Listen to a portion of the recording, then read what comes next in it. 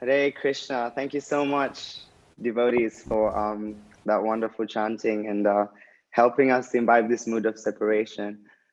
When I think of Janakinath Prabhu, I think of someone who was blessed. He was blessed by the association of so many amazing personalities, especially in our Krishna consciousness movement. The next speaker is one personality who I got a chance to witness some transcendental pastimes between him and Janakinath Prabhu. I'd find them sitting just outside his room where he was staying, and they'd be reading wonderful pastimes of the devotees in the Krishna consciousness movement. And Janakinath Prabhu would be relishing every moment hearing the lotus lips of this devotee describing the different interactions that devotees went through as they were trying to establish different centers for Srila Prabhupada's pleasure. Our next speaker is a Swami in our Krishna consciousness movement who, by the mercy of His Holiness Radhanath Maharaj, has been traversing the world sharing the teachings of Krishna consciousness. And now he'll be joining us here today to share a few words. Please let's welcome His Holiness Dayananda Swami Maharaj.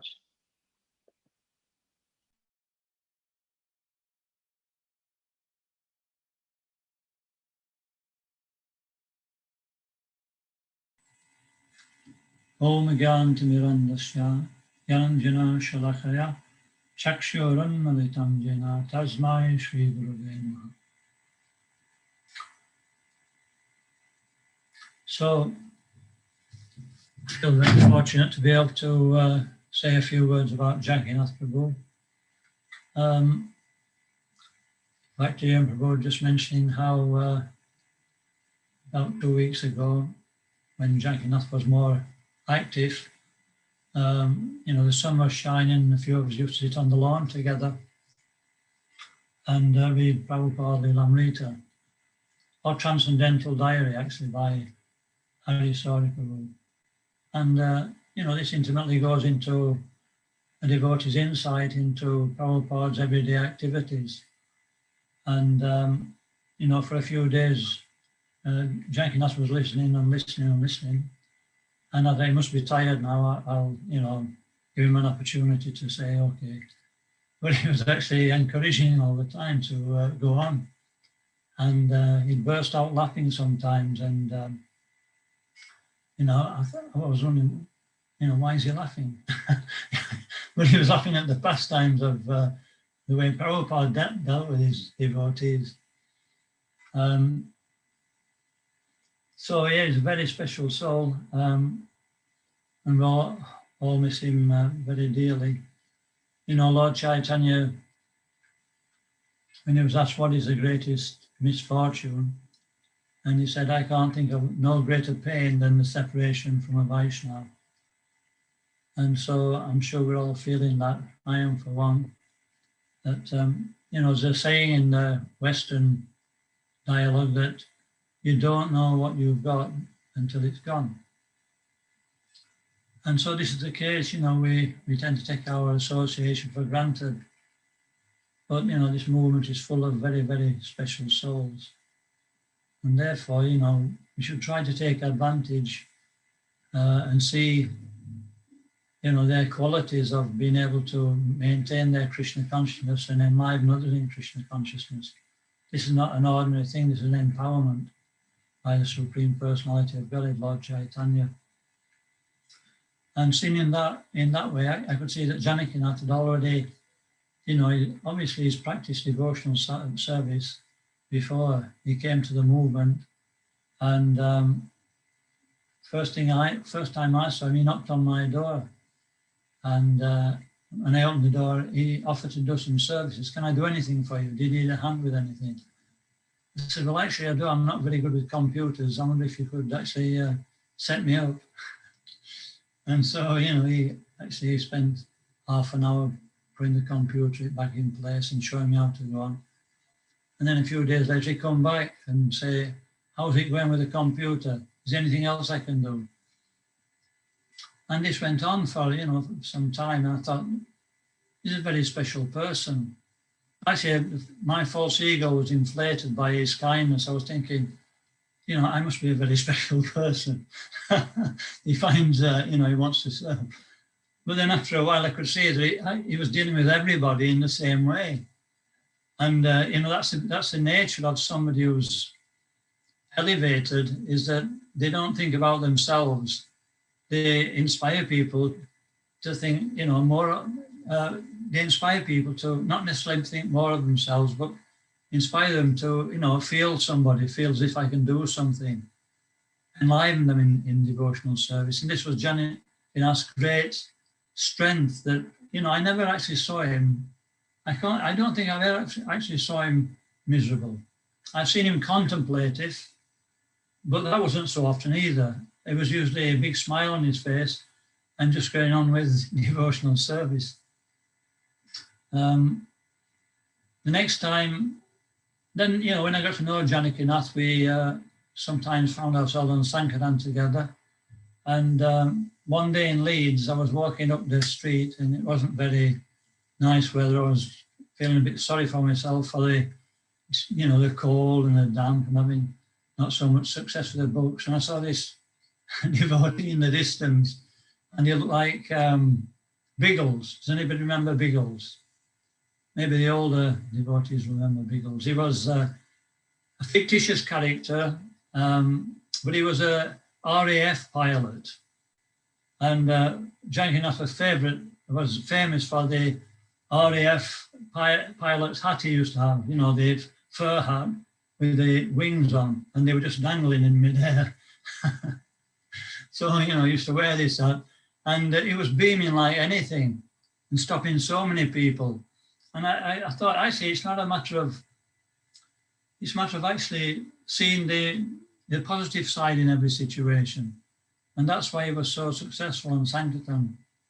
Even I remember Sutapa telling me one day in Liverpool, when he was starting to feel ill, he was, very disturbed, but he actually kept sitting down, getting up, doing Sankirtan, and he finished up doing 70 books.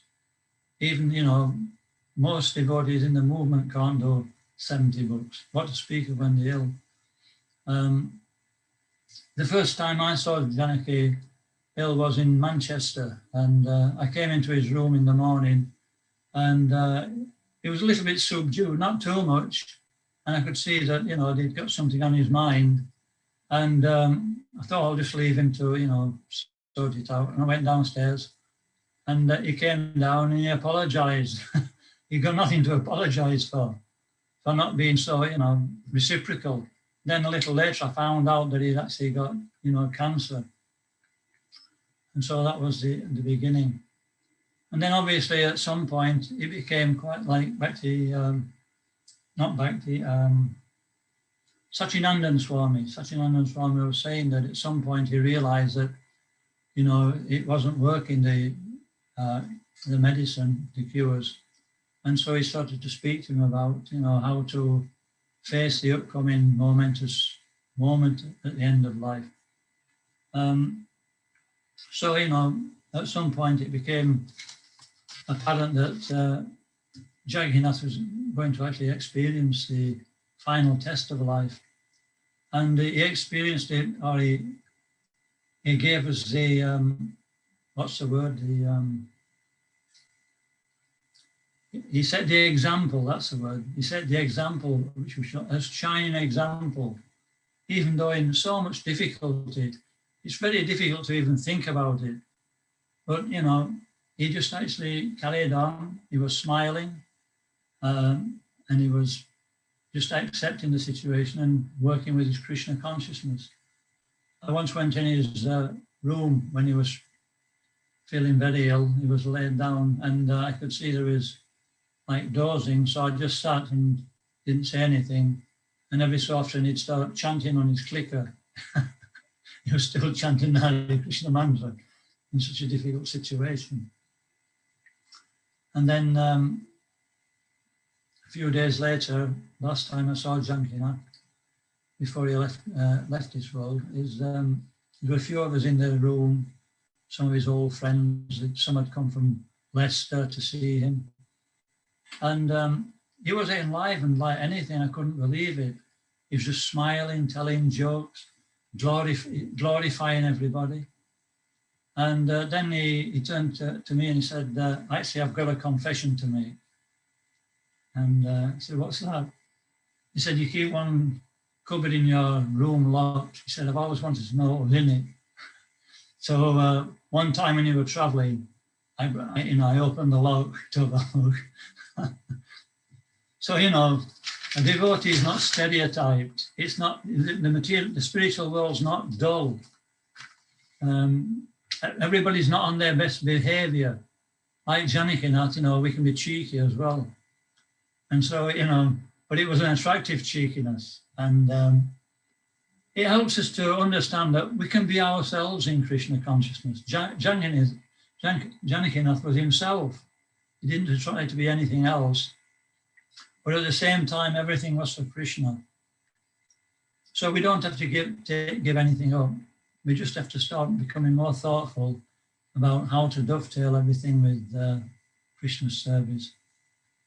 And so, it became quite obvious when he was really ill that there's only one reason that he's in this situation. 36 years old, brahmachari, for last, I don't know how many years, maybe 10 to 15 years, he was practicing very strictly. Everybody loved him. So there's only one direction he was going.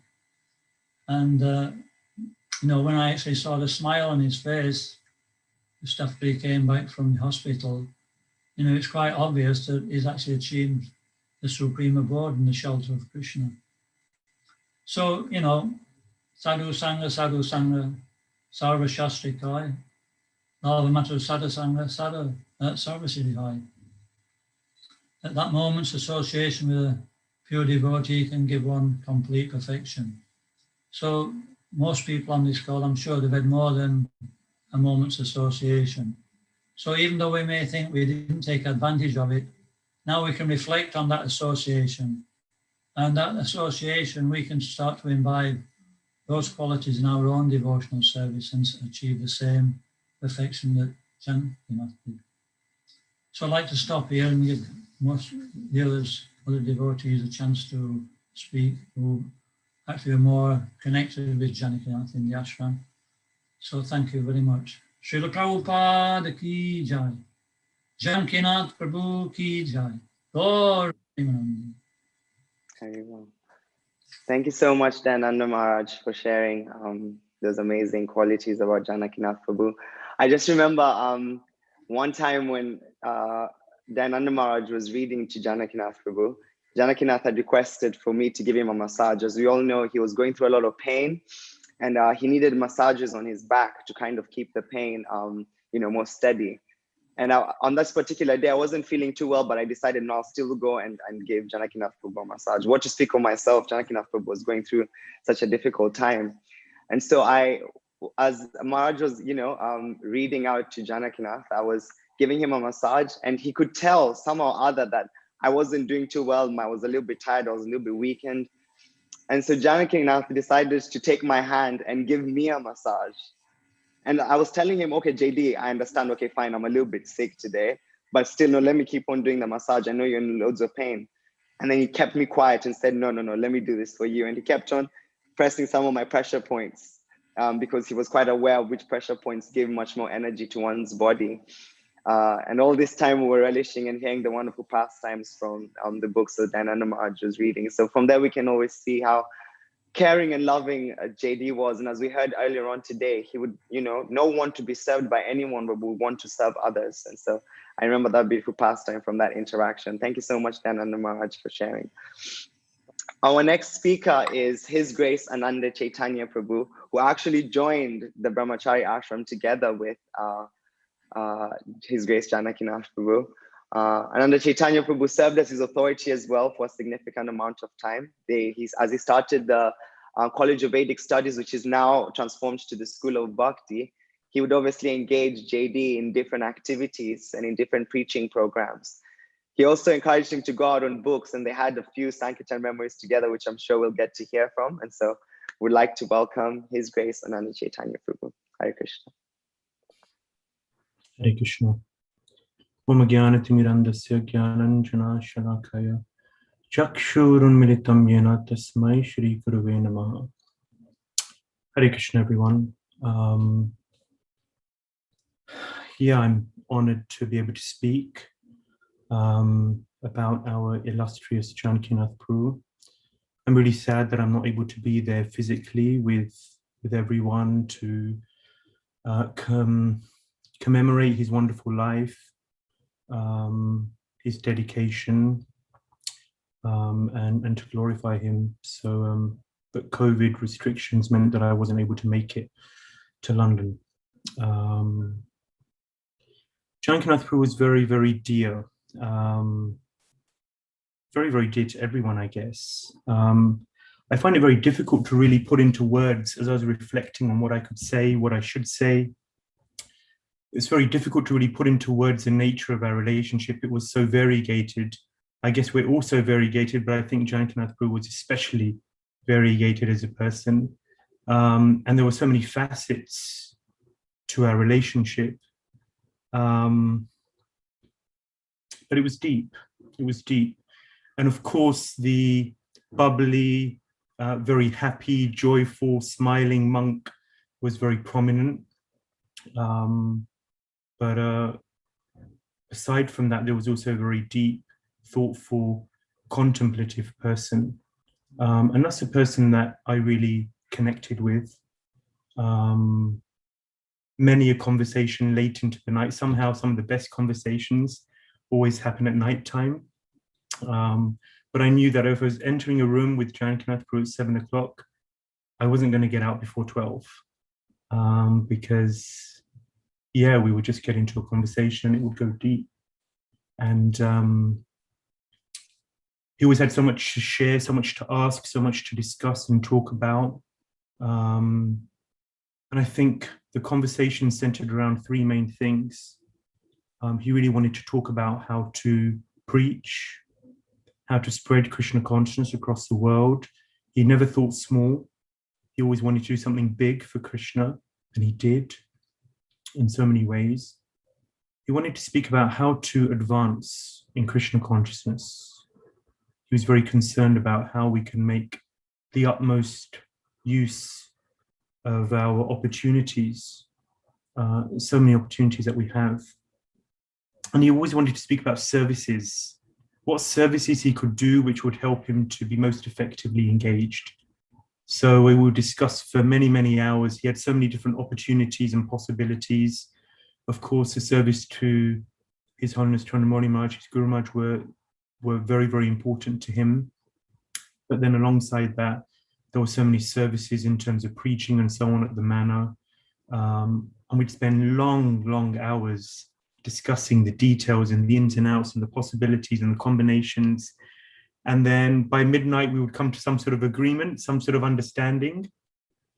And then in the morning, everything would have changed again, and he would have changed his mind. And we'd have to start from scratch again. But there were wonderful times.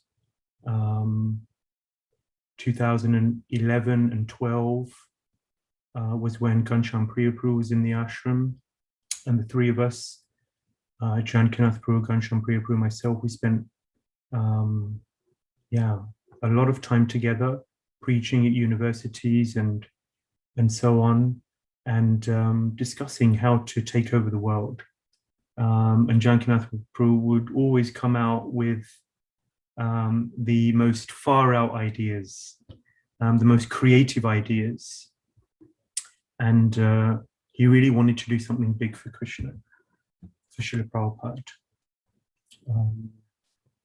And I just miss that bubbly enthusiasm, the constant drive and energy, and the desire to do something for Guru and Krishna. It was so infectious and so wonderful, so inspiring and enlivening to see. When I decided to move to Hungary in 2016, 5 years ago now, that was another long conversation when Janakinath Prabhu, when I told him about my plans, he said, "Okay, Ananda, we got to sit down and talk." So yeah, and he really wanted me to stay in London at the manor, and I think a key part of that was just his desire to maintain unity and community.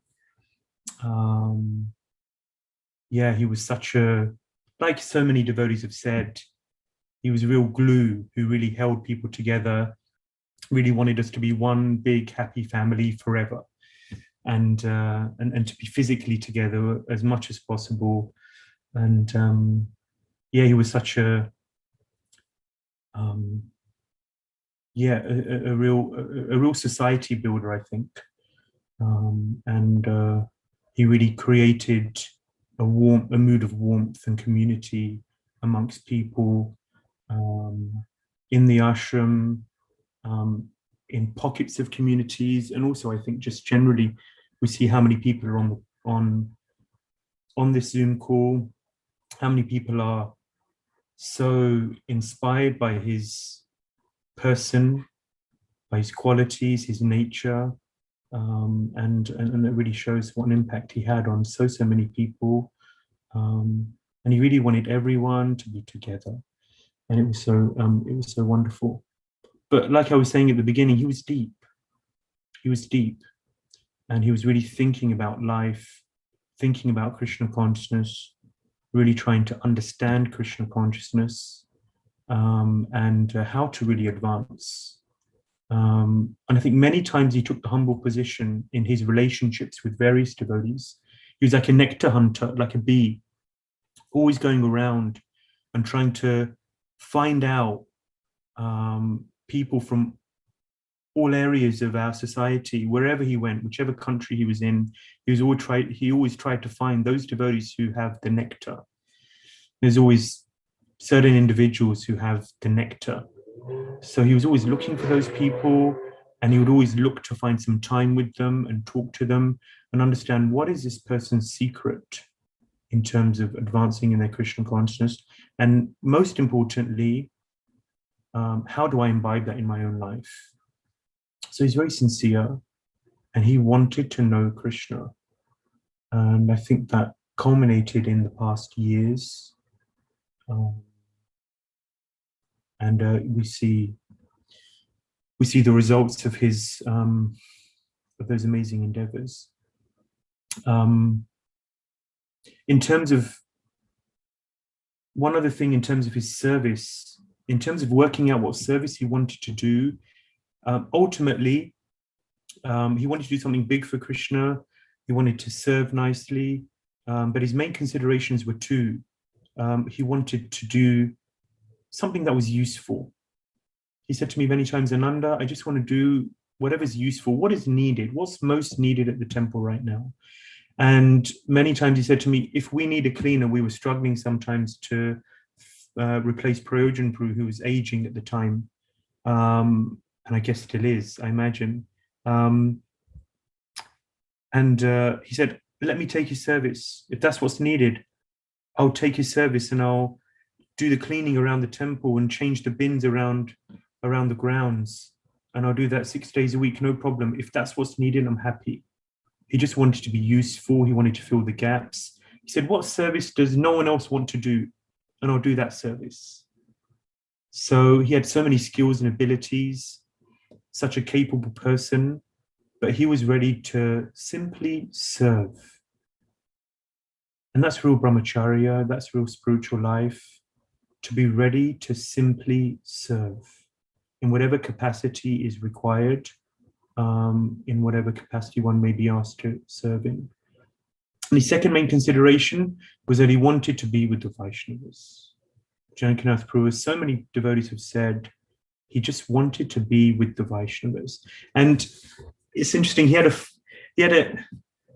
certain accent. He was a little fresh in his English, but he had a certain way of saying Vaishnavas. We say Vaishnavas. He would say Vaishnavas. But he said it with such rasa, such taste, because he really had a taste for Vaishnava Sangha. He really wanted to be around Vaishnavas, be around the devotees always. And he would often quote Narottam Das Thakur, Tadera Charna Sevi Bhakta Shanivash. Janma Janme Hoy Ey Avilash, that life after life, all I want is the association of devotees, to be Bhakta Shanivash, to be able to be surrounded by devotees, and he left surrounded by the loving care of so many wonderful devotees. And I really thank everyone who took such wonderful care of him. Final thing, I know I've gone over time. Once we were discussing what his varna is, and we were going through process of elimination. He's saying, "Am I a Brahmana? Do you think I'm a Ananda? Do you think I'm a Brahmana?" And I said, "Yeah, sure. You have Brahminical qualities. He's, studious. He wanted to study Shastra. He could very easily glean the essence and then share it effectively. He was a very good teacher and a preacher. So it's very Brahminical. Then, am I a Kshatriya? So he could be quite strong. He definitely had Tejo, Dhriti. He had effulgence, he had Shakti, and he had determination. When he wanted to really do something, then there was no stopping him. And I had many experiences of that, especially being his authority at times. Am I a Vaishya? I said, no, you're definitely not a Vaishya. He wasn't so good with Lakshmi. I always teased him because when I was young, my mother told me that if there's holes between your fingers here, then it indicates that money falls through your fingers. So you lose money very easily. It's not a very good Vaishya. So Janakinath Prabhu had huge gaps in between the fingers. So we used to laugh about that often. And then finally, am I a Shudra? And Janakinath just loved to serve. He just loved to serve people around him. And he had that quality where he just, and it's a wonderful quality. It's not something which is lowly, as is often seen. It's an immature understanding. He'd love to serve. He'd love to serve everyone around him and put others first. But ultimately, my conclusion was that Janakinath, you transcend all of these considerations. You're a Vaishnava. He was ready to do whatever was required. And many times, actually, as I reflect, I tried to put Janakinath Prabhu into a box. I tried to make sure that he comes to the morning program. I tried to make sure that he follows the rules and regulations of the ashram. Tried to make sure that he was being a good brahmachari in his conduct and etiquette. But he just didn't fit into a box. Janakinath Prabhu was not a boxy person. I was always talking about the need for Vaidhi sadhana bhakti based on rules and regulations. That's what Srila Prabhupada gave us, etc., etc. But it was very difficult to get Janakinath Prabhu to fit into that box. And now I hope and think that Janakinath Prabhu has gone to a place where there's boxes, but there's not so much of a need, or there's an opportunity, shall we say, to break out of those boxes and to express one's inner self in a way that he always wanted to. Ultimately, Janakinath Prabhu doesn't belong here in the material world. And I'll miss him dearly as a friend.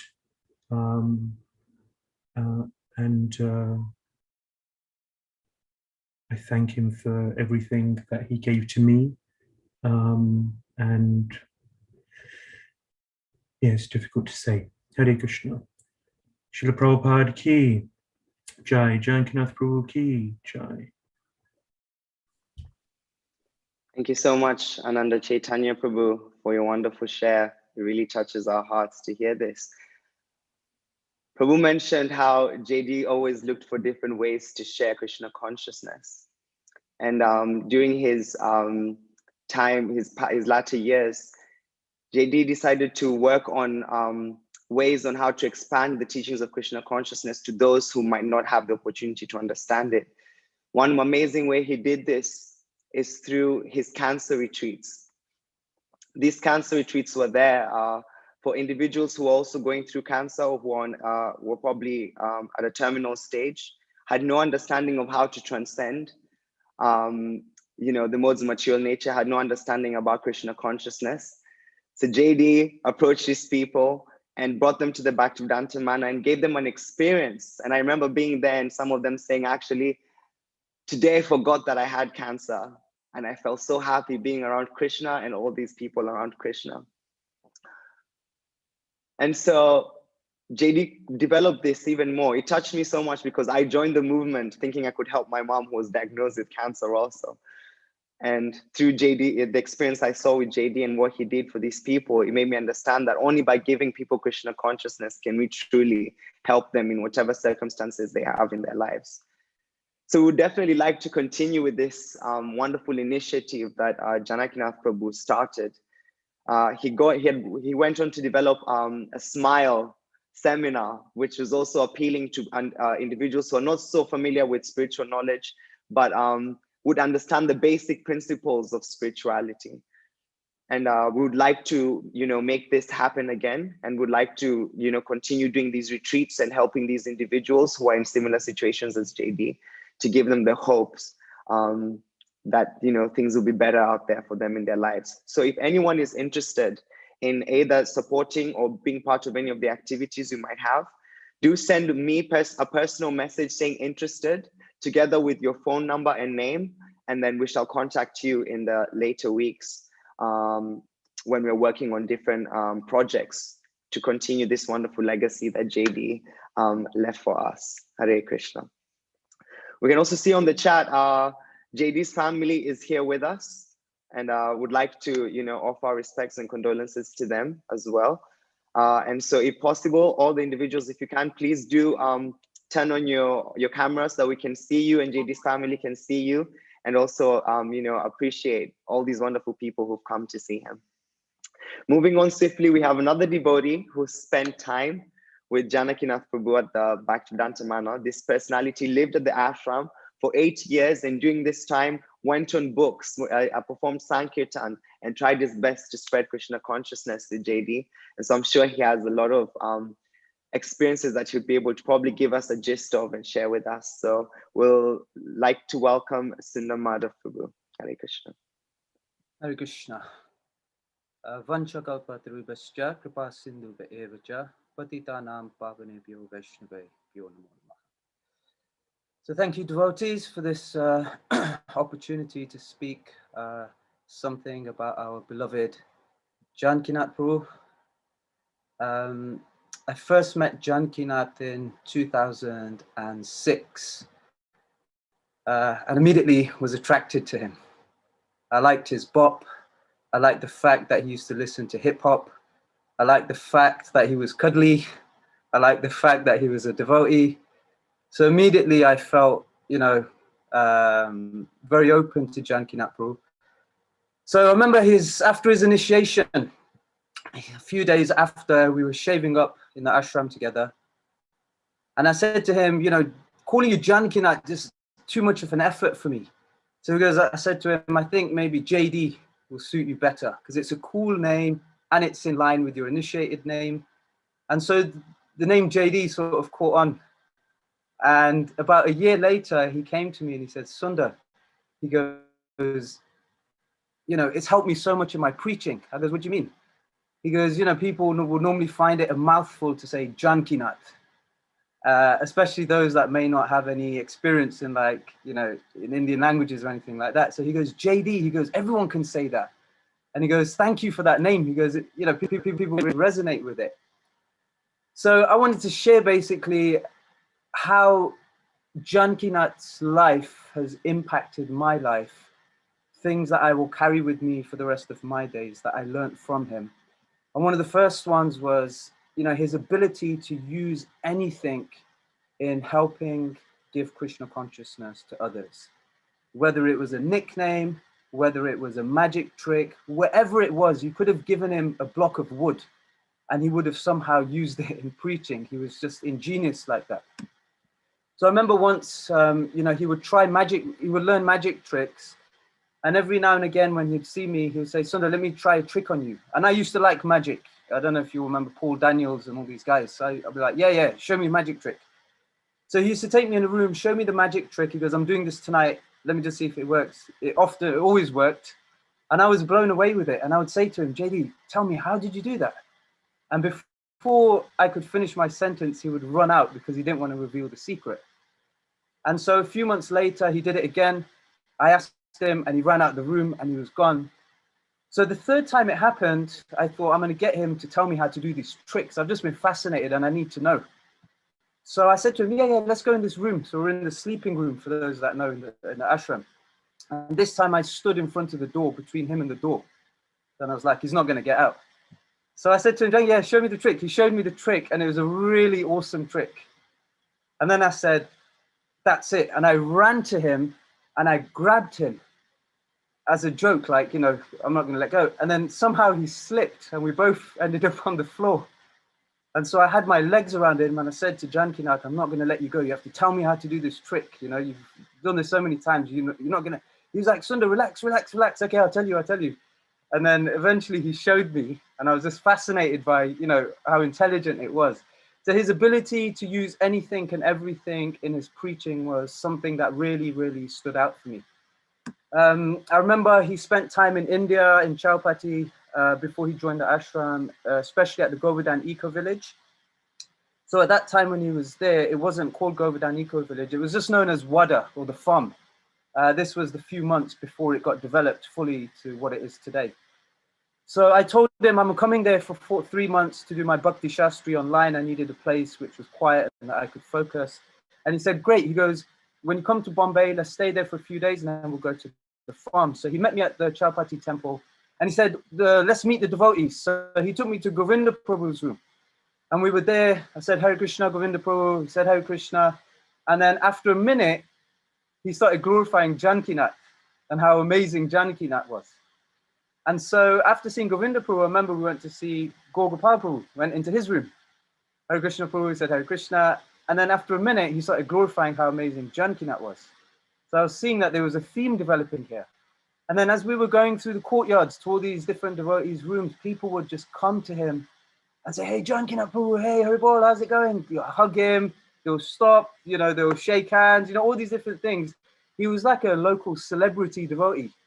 Everywhere he went, there were just people just flocking to him. And it was a real testimony to how he won over the hearts of all the devotees in that community. We then went to Wada farm at that time. It was very different to what it is now. It was very, very austere. And another lesson I learned from him there was his ability to adapt to any situation he was in. I had a bottle of body wash, original source, that I took with me to India. And in the farm, I was showering once and all the devotees were staring at me. And I was like, you know, I could see everyone looking at me. So I'm like, am I doing something wrong? I mean, I'm just, you know, normally showering like everyone, like I normally do.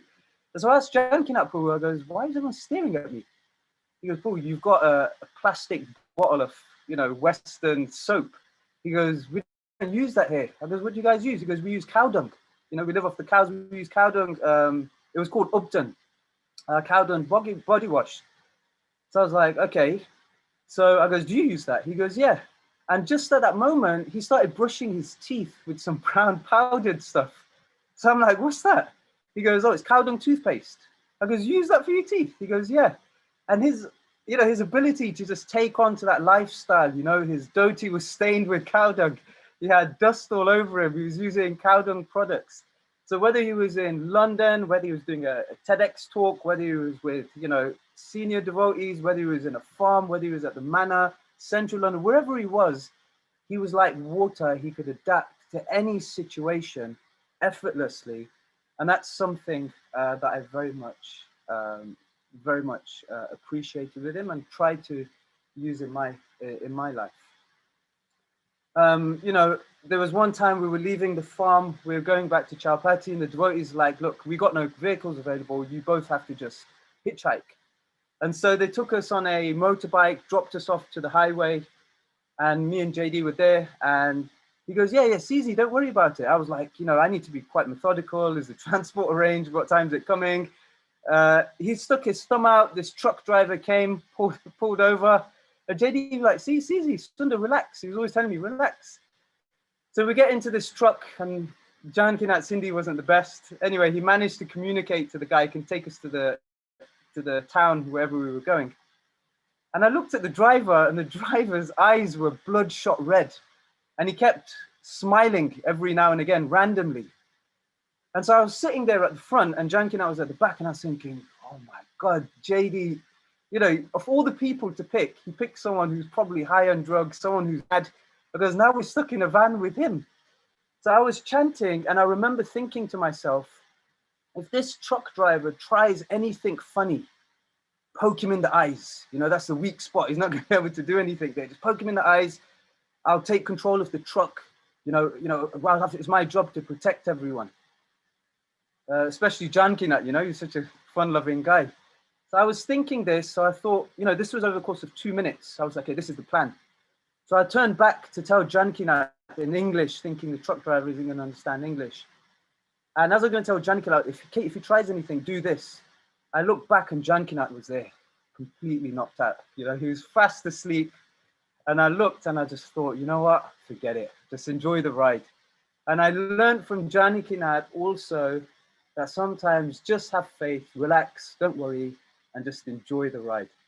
Something which, you know, I'm going to carry with me. So a couple of one or two more things. You know, my dad was very displeased that I was at the manor. You know, often he would come down and, you know, threaten to beat up devotees and stuff. So whenever I had my interactions with my dad, I had a nickname for him. I still call him Pete. Yeah, don't ask why, I just call him Pete. So Janakinath overheard this conversation, and once my dad came down for Janmashtami, and, you know, he's still a little bit annoyed with devotees and the fact that I was at the manor.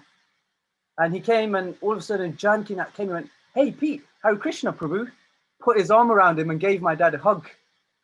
And I thought, what on earth is this guy doing? And my dad started laughing and giggling, and they were talking together, and, you know, used the nickname that I used for my dad. You know, he addressed my dad in the same way. And then I realized his ability to turn someone who was disgruntled with Krishna consciousness and devotees into a friend through his kindness and affection. You know, how amazing was that? And that's something I will carry with me in my preaching as well. There was one time I was, you know, I had a long day at the school, the Krishna Vanti, and every Thursday I would teach courses at the temple here in Leicester. I remember it was such a long day. I was absolutely knackered. I did the course and I thought, I'm just going to go home. And it's a 45-minute journey back home. So devotees after the course were like, "Oh, take Prashad with us before you go." So I was like, okay, let's take Prashad. Another hour and a half went, got into the car. It's something like 10 o'clock. I thought, I ain't going to get back to 11. I've got an early start tomorrow all over again. And then I was feeling sorry for myself. You know, I had a headache, my back was hurting. And then in moments like that, there's certain handful of devotees I often think of. And I remember sitting there in the car and I was thinking, my friend Janakinath has cancer and I'm complaining about my back hurting because I've got no right to complain. Then I'm thinking, imagine what he's going through. And he's doubled his efforts. You know, I've got a headache. You know, I'm talking about a lack of sleep. And I remember thinking to myself, I've got absolutely no right to complain about anything. And just by thinking of Janakinath at that moment, you know, my whole attitude, everything just changed. And I felt more infused, more energized. And I think going forward, that's something I will take with me. Whenever things get sometimes tough in our preaching work, in our giving Krishna consciousness to others, can get intense sometimes.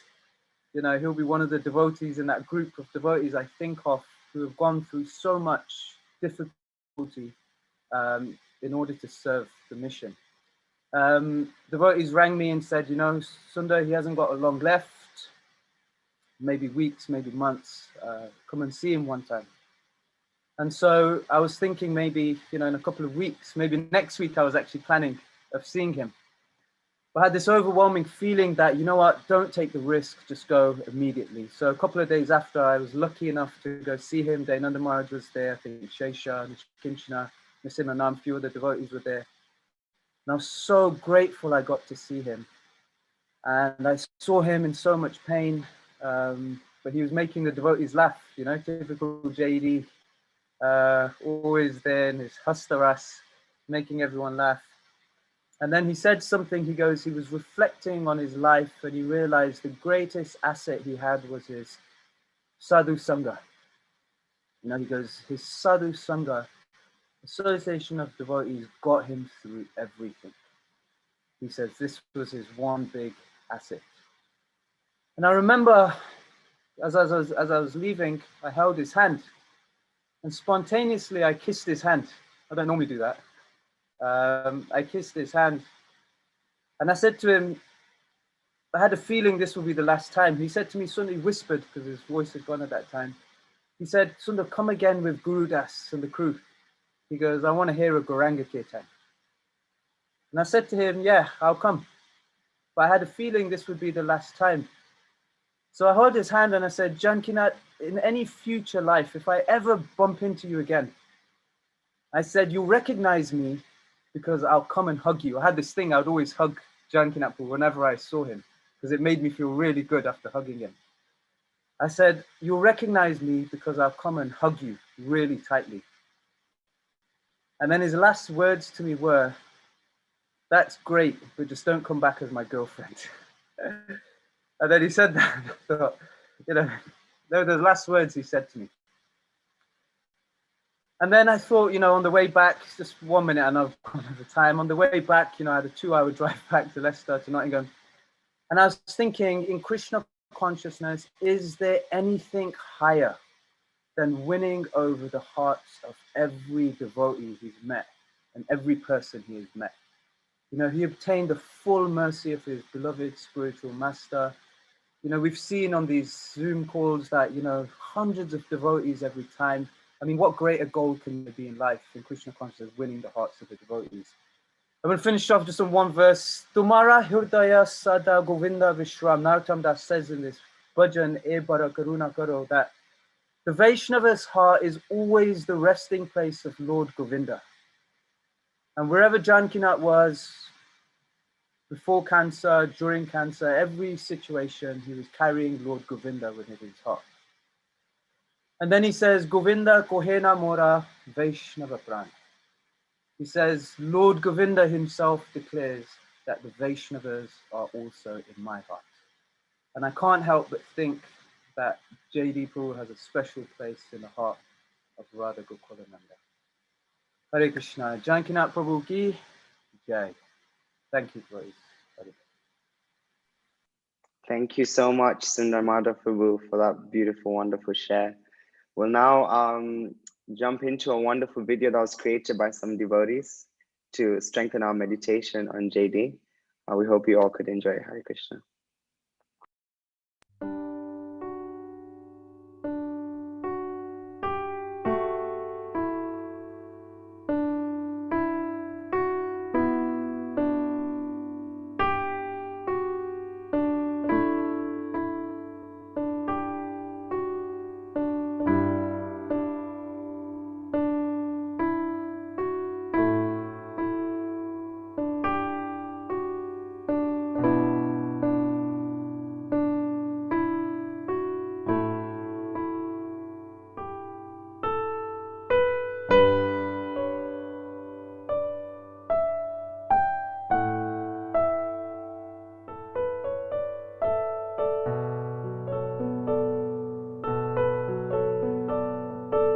And one thing I do want to share with devotees is that, you know, I think all of us are going through different challenges, you know, different details of the challenge. I've got health issues, but I'm sure other devotees have different issues. But, you know, this is just a reminder, this world, the nature is that it's a dangerous place. It's not a place for us to hang around.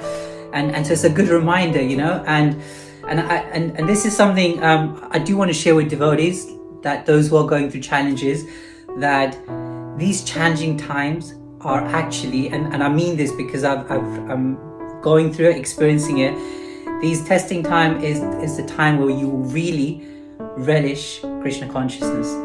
You know, before I theoretically knew that, but you know, this journey has been such you know, a challenge, but in a good way. And my realization is that as long as I am absorbed in Krishna Katha, in Krishna consciousness, these experiences actually become very blissful. One of my best Krishna conscious experiences have been in the past 4 years when I was going through this cancer journey. And mainly it's because I knew the importance of absorption in sadhana, in Krishna consciousness, and in Krishna Katha. And really that's been my biggest strength. And it's because of this that I do not want to give up the fight, because there is pleasure in this fight.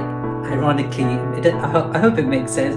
But the point I'm trying to make is that absorption, hearing Krishna Katha Bhagavatam is the key, and that's the reason why I have not given up the fight. And also we're very fortunate that we get to hear Guru Maharaj on a daily basis. For me, that's such a huge strength. I was telling him that this hearing his conferences every day, I don't hear it live, but the recorded versions I do. It just gives me a lot of strength. His sound vibration when it enters my ears, my heart, just uplifts me no matter how much of a bad day I'm going through, you know. So we're very fortunate. I'm very grateful for Guru Maharaj and his classes, and I also like the interaction that devotees have in the conference at the end.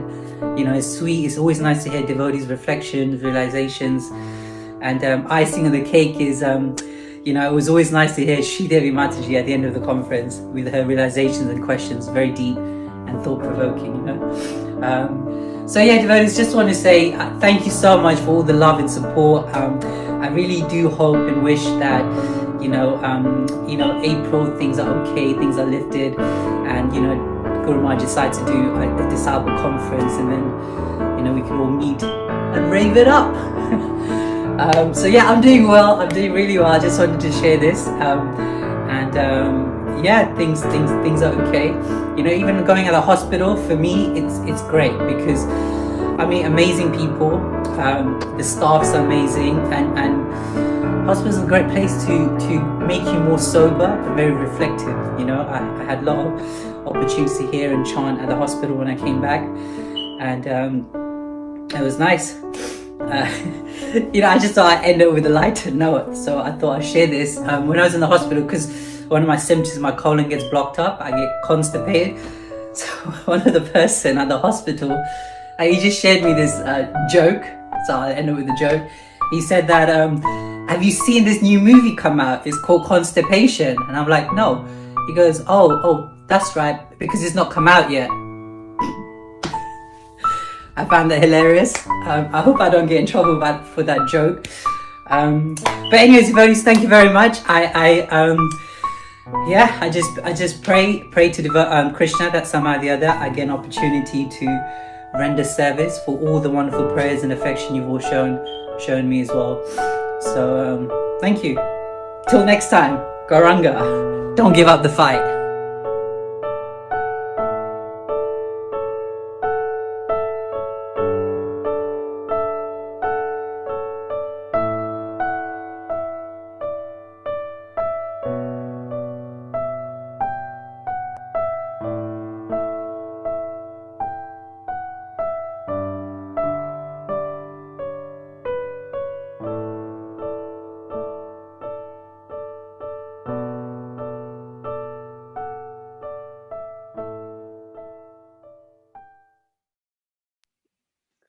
Hare Krishna, that was a wonderful video that was done by one devotee who's known as Mabik Prabhu. So Mabik has been working tirelessly to make sure that these videos come out at such a short notice with some few devotees of his team. And so would like to please show appreciation for Mabik Prabhu for working so hard to give us these wonderful imprints that we can keep with us to remember JD. So we'll move on to our next speaker. The next speaker is one personality who also lived here in the ashram with JD. And he now left the ashram, but he had a few wonderful, actually not few, but many wonderful interactions with him. Would like to welcome His Grace Nishkinchan Prabhu. Hare Krishna.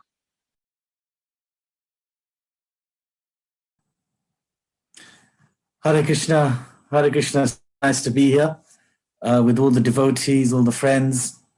Great honor, privilege to be here. Vancha kalpatarubhischa, kripa sindhubhyevacha, patitanam pavanebhyo, vaishnanebhyo namo namaha. Yeah, Janakinath Prabhu. There's been so much said actually over the last 3 days. A lot of, lot of my sentiments, I think, have been echoed by a lot of the other devotees. Yeah, for me, I've been seeing Janakinath since I joined the ashram, because he was actually joined just kind of like a year or two before me. And my initial thoughts actually looking at Janakinath was, you know, like he's some sort of magical being, you know, like, and I've told him this many times, that Janak, you know what, you're like a pixie or an elf, or maybe like a leprechaun, you know. It's like he'd be like darting about everywhere, and like 1 minute he's here, and then next minute you turn around and he's like somewhere else. He's like a, you know, and with me and him, like I think we've got different bodily constitutions. I'm more like a, you know, a bit more grounded and like an elephant, and he's like a little bird, you know, just darting everywhere. And so, and he had this kind of otherworldly kind of vibe about him as well. Somehow I've been very fortunate that I have managed to get a lot of quality time with Janakinath. At one point, actually, believe it or not, Janakinath was actually my authority in the ashram. And at the time, I was actually really happy, because I just come out of obviously under Parama Karuna's authority. Parama Karuna is very much into his rules and protocol and things. And, you know, and I think at that time would have been either Janakinath or possibly Ananda Chaitanya Prabhu, if he's still listening. And, you know, at that time, I mean, all glories to Ananda Prabhu, but Ananda Prabhu used to run a tight ship, you know, I'm sure he still does. Whereas Janakinath was a bit more kind of free flowing. And in my mind, I was thinking, you know, oh, great, you know, with this guy, I can, you know, I'll have freedom to operate how I want to operate, you know, to do, you know. But actually, you know, sometimes you wish for certain things and you get more than you bargained for. Having Janakinath Prabhu as an authority was one of the most chaotic periods in my time in the ashram. It was like being in a daily sitcom. I don't think we ever had a meeting which ever really finished properly. Like, you know, when you have a meeting, you're meant to finish off with some action points that you have to move forward with for the next meeting. I don't think our meetings ever got that far. I think we just end up tripping over each other in terms of ideas and points. And somehow we time up, okay, let's go now and let's go do stuff, you know. But somehow by Krishna's arrangement, things seem to happen, you know. It was like crazy. It was just like, you know, how did it happen? We both also have a affliction, which is we've both got issues with timekeeping. So that was interesting as well. I'm bad with timekeeping. Janakinath was bad with timekeeping as well. And so you can imagine, I think with us two, and we used to do uni programs together as well, like going to Cambridge University and King's College and stuff. So that was, it was a barrel of laughs for us two. I don't know about the others, but we had a good time though, nonetheless. You know, I often felt like Janakinath, he's got such a quick mind that his mind is like, you know, when you've got a computer screen open and there's like a gazillion tabs all open at the same time. It's like, I felt like, you know, that's his mind, you know, he's got like ideas percolating all the time, you know. Ananda Prabhu mentioned about Janakinath, he talk a lot about natures and things. Yeah, I remember that as well. We'd have lots of discussions about Varnashram, about being situated in the right place. We'd have our own little leelas as well. Like with Janakinath, if you were to ever lend him anything, don't ever expect it to come back, because it's out in the ether now. And actually what happens, we would end up exchanging books. And I think whatever books I gave to him, he's got, and whatever books he's given to me, I've got. I don't think they've ever come back to the rightful owners. The last book he got of me was the Mahabharata by Punya Pragya Prabhu. I didn't have the heart to ask him last week. He got my book, by the way, because I was also remembering I've got Ishubha Vilas' book on my bookcase right now. So I think by Krishna's grace, when I go up there and I join up with him again, then we can, you know, return our books to each other. We've had issues of our prasadam. Often with, you know, when we were like brahmacharis traveling, going on road trips, we'd share prasadam. The problem is both me and him, and I know yesterday, I think Janaki's sister was mentioning, he's a bit of a foodie, and so was I. And the problem was we both are into savory foods, pastries, rolls, wraps, sandwiches. Neither of us like the desserts. So we'd always like hang on with this, like, Prabhu, you know what, these desserts are really good. Take it. It's for you. And he's like, no. You keep it. If you want, you can give me a pastry though. And then this conversation would go on for the whole journey about trying to like subtly haggle each other who can get the savories of each other. So it's weird, even though he's my authority, obviously we were very much like friends. I don't think we had any accountability towards anyone. But somehow, like I said, by Krishna's grace, we somehow managed to get things done. We did develop a lot of great relationships with a lot of people. And actually, he taught me a lot, actually, through just being with him, preaching with him. In fact, my person at that time was, if there's a swimming pool, I dip my toe in it before I'd want to go into it. You know, I was very cautious about doing stuff, whereas Janakinath is the opposite. He just dive into stuff. And actually, it's because of him that I ended up actually diving into doing like all various things. He's the one that convinced me to like teach like a Mahabharat course for CVS. He convinced me to cycle in the middle of London to go from uni to from the what's it called, the base house where the Bhaktas used to live, to the university in the middle of central London. Or those, I don't know if they still have those Barclays bikes. And he'd say to me, "Look, Nish, you'll be fine." I hadn't ridden a bike since I was like a little toddler, basically. And then afterwards, after I rid like for a whole week, then he'd burst out laughing and say, "By the way, you know, you look completely ridiculous riding a bike." But I didn't want to tell you that at the beginning. He'd helped me a lot with I used to do Brahmachari, the dramas, each year for Janmashtami, and he'd really helped me with organizing it. I used to try to force him to get to act, but he never would want to be on stage himself acting. Once Paravida Prabhu approached us to be in a musical drama. And so I was like, "Look, I'm not going to do it if you're going to do it. JD, come on, you got to step up now. You always get me to be in the front and do all this drama, like, you know, acting like the clown and whatever. You got to be there with me." And JD's like, okay, fine, I'll be with you. And so we're at the stage, and it's one of those, like, Paravida Prabhu, amazing devotee, but, you know, he does all these very old school, kind of cheesy musical numbers. So we had to be like this musical kind of like chorus type people who jump in and sing like a line. It was quite embarrassing, actually. And then I did it on the basis that JD is going to be with me and we're going to do it together. And right at the last note, when Paravida Prabhu dropped his note and it's our time to sing, so I'm like there, like jumping in, and I look around, like JD's gone, and I can see him behind laughing his head off. And I'm like, "Yo, what are you doing? You just duped me in it." So yeah, he did like I said, you know, as Maharaj said as well, he had a bit of a mischievous side to him as well, very much so. We were like, in one sense, like the boys. I really enjoyed actually our jiu-jitsu sessions together under the watchful eye of Sadashiva Prabhu. You know, I'd revel in the fact that I'd beat him. Admittedly, he's smaller than me. Of course, when it comes to book distribution, he would completely wipe the floor with me. JD, as you know, was actually one of the best books distributors at the Manor in recent years as well.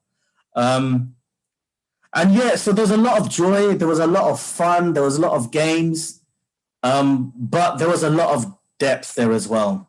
There was a lot of depth. It was actually, you know, it was because of JD, you know, he really inspired me to teach. He had an ability, you know, we're talking about, Sundar was talking about JD and how he impacts on me. He had the ability to convince you to do things that you normally wouldn't have done. He was one that convinced me to teach the congregational Bhakti Shastri, Bhagavad Gita, and all these things which I never would have done. I was like, you know, that was like a bit intimidating for me. But he just through his talking, he would just get you to do these kind of things, and I really appreciate from that. You know, in the Vaishnav Bhajan, the Sad Goswami Astikam, in the first verse it says, isn't it, the Goswamis, they are dear to the ruffians, the Vaishnavs and the ruffians alike, and they're non-envious. And when I look back on JD, one of the reasons why he's loved by so many was because he was loved by everyone, friends, ruffians, like all sorts of background people. Maharajas love him, as well as people on the street. I've done books with him, and I can see everyone is just attracted to him. And because he never did anything for self-interest, actually. That's one thing I realized. He never did anything for self-interest, no kind of self-gain. And yeah, you know, he had some leelas in the ashram, and, you know, he wasn't like, as Ananda Prabhu said, he wasn't a person who'd be in the box. He was a very unconventional brahmachari, definitely. but he had incredible purity. He had a lot of purity. I'd be shocked by his purity. Like, I'd even ask him sometimes, like, JD, you know, like, do you not have any kind of, like, you know, material desire and things? Like, you know, come on, like, what's wrong with you? It's normal, you know? And he's like, no. In fact, some Matajis even later reflected, and I think Naveen Prabhu yesterday touched on this as well, that when they're around JD, because JD would often even teach, like, you know, courses and stuff to like almost all women crowd as a brahmachari, which for most people, most brahmacharis, that would be like a, you know, don't go in that, don't go there, you know? But with JD, there was no issue there. It was like, he was beyond that. And Matajis also felt like that they felt safe around him. They didn't feel like they're with just a guy, you know? They felt that this is someone otherworldly here. So yeah, I feel so privileged to know him. And yeah, there was lots of jokes with the morning program. Bhakti Rasmith Marj would sometimes chastise me for my quality of chanting. And then he'd go, when I'd go around Tulsi, because I'd walk around Tulsi and chant, then he'd come to me and goes, Nandan, can you go over and bring JD to me? And so then I go to JD, and JD would be standing there, and he had this uncanny knack where if he would ever fall asleep in japa, he'd fall asleep standing up, which is incredible, like how cows do, right? It's like, you know, like he can stand up and not fall down and still sleep. So I like wake him up, it's like, JD, you know, Maharaj wants to see you. And he's like, why? I said, I think it's because you're sleeping. And he's like, no, I'm not. I'm thinking. It's like, yeah, what about what? The holy name. Chant the holy name, you know? So then I'd send him. This happened a few times. I actually send him to Rasamita Maharaj and Bhaktivinoda Maharaj actually tell him, you know, like, you know, probably to encourage him to, you know, chant, maybe walk, eyes open, you know, that kind of thing. But he was also had this side of him where he's very, very serious about his studies as well.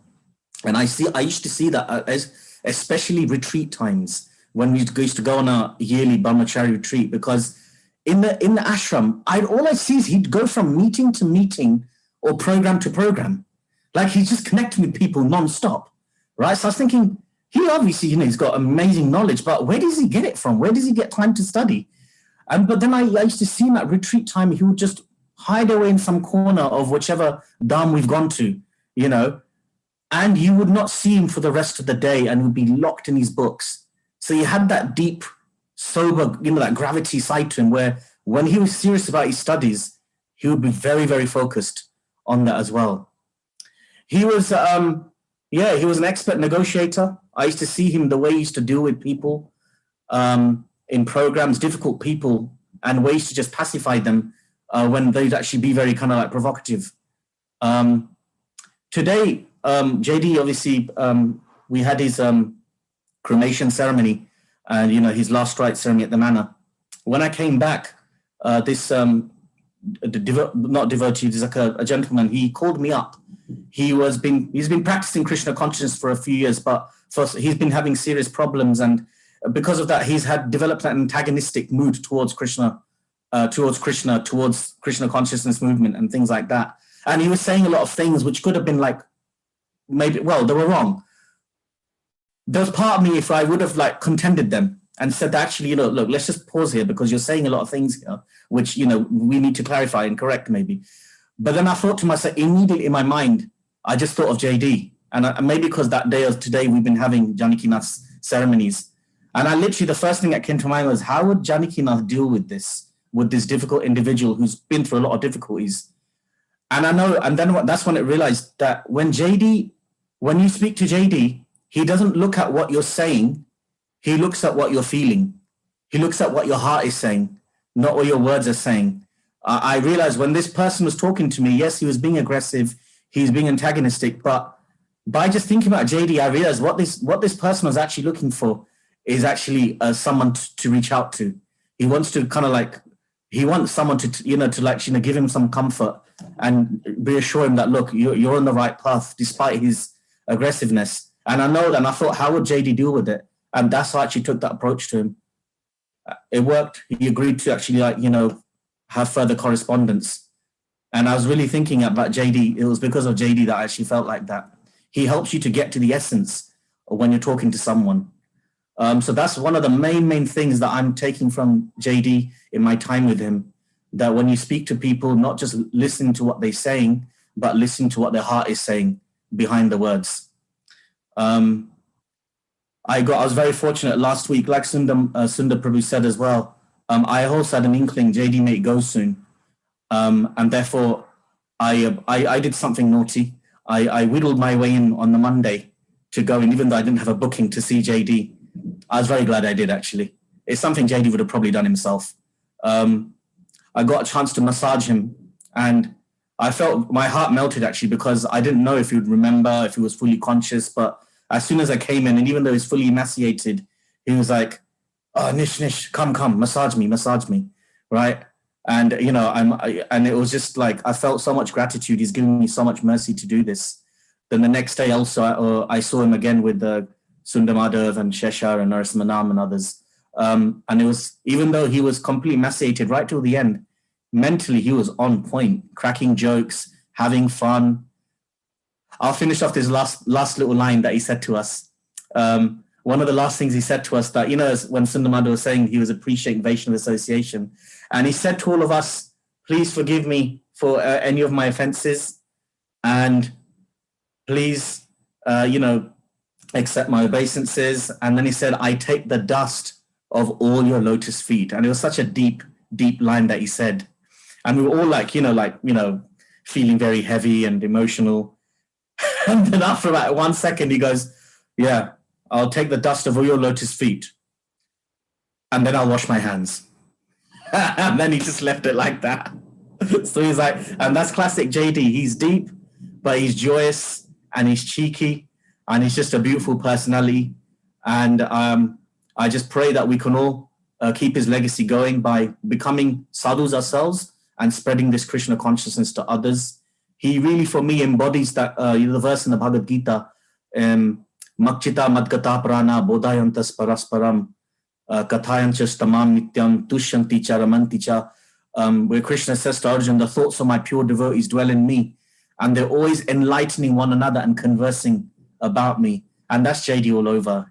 He's happiest when he's talking about preaching about Krishna. He never used to talk about anything else, actually, but he'd do it in such a fun way that you don't feel that you're, it's some heavy, studious stuff. You feel like you're having a jokes with him. I'll leave it here for now. Srila Prabhupada ki jai. Janakinath Prabhu ki jai. Thank you so much, Nishkinchan Prabhu, for sharing with us those humorous pastimes that you had with JD.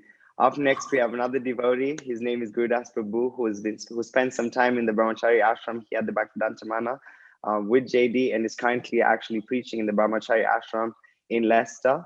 And he would also probably want to share with us some wonderful reflections and interactions he's had with him. So, Gurudas Prabhu, welcome. Hare Krishna. Hare Krishna, dear Vaishnavas.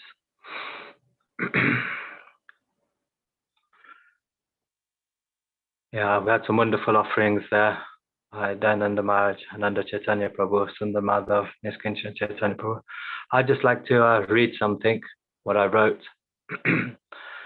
Pancha kalpatarubhyascha kripa sindhubhayeva patitanam pavanebhyo vaishnavebhyo namo namaha. Dear Janakinath Prabhu and dear devotees, all glories to Prabhupada, all glories to His Holiness Chandramauli Maharaj. Please accept my humble obeisances again and again at your lotus feet. I was meant to actually come on Saturday, and so there was a fortunate devotees that just met Prabhu, and there were some unfortunate ones like myself that we were then told that not to come on Saturday. My short offering is to serve two purposes. One is to speak to you, Janakinath Prabhu, and another is to contribute to facilitating the memory we have of you. I made two grand mistakes with you. First one was not to recognize an exalted Vaishnava when I was living with you. And the second one was not to make a concerted effort to continue our friendship in depth after I had left the manor when I then moved to ISKCON Scotland and ISKCON Leicester. I know you forgive me, and I know you are smiling and laughing at me and warmly blessing me and many others. And I did speak to you maybe not so long ago, and you said you're still relishing the time we spent together. he always made me feel well all the time. Our time together was always exciting. We took saffron together. Due to familiarity, I would sometimes call you, so people called him JD, and I shortened it to Jade. I don't think he was impressed with that one. So yes, my sweet living brother, we used to enjoy winding each other up and compete on finding faults with each other. I was relentless, but you always won because of your humility, innocence, and charm. And I would also mimic your card tricks and laugh how you spent so long on a trick just to make the point that, yes, we're subject to illusion. But now I understand that you were doing that not just as a trick to prove about illusion. You were doing it to conquer the hearts of the persons who you were preaching to and giving them your association. I would joke with you about how you would sometimes fall asleep for small moments when chanting. Your chanting was actually and is such a higher level than any normal chanting. I thought we were peers, but you were a spiritual giant and allowing a small kid like me to be your equal. I would wrestle with you, and we would enjoy it very much. Sometimes when you'd sleep in the locker room, just to be different, you'd sleep there, and sometimes you would sleep there so that the devotees wake you up in the morning. I'd pull your sleeping bag and squash you, and we would laugh. And one time you put all your energy in wrestling me, and you actually clearly beat me.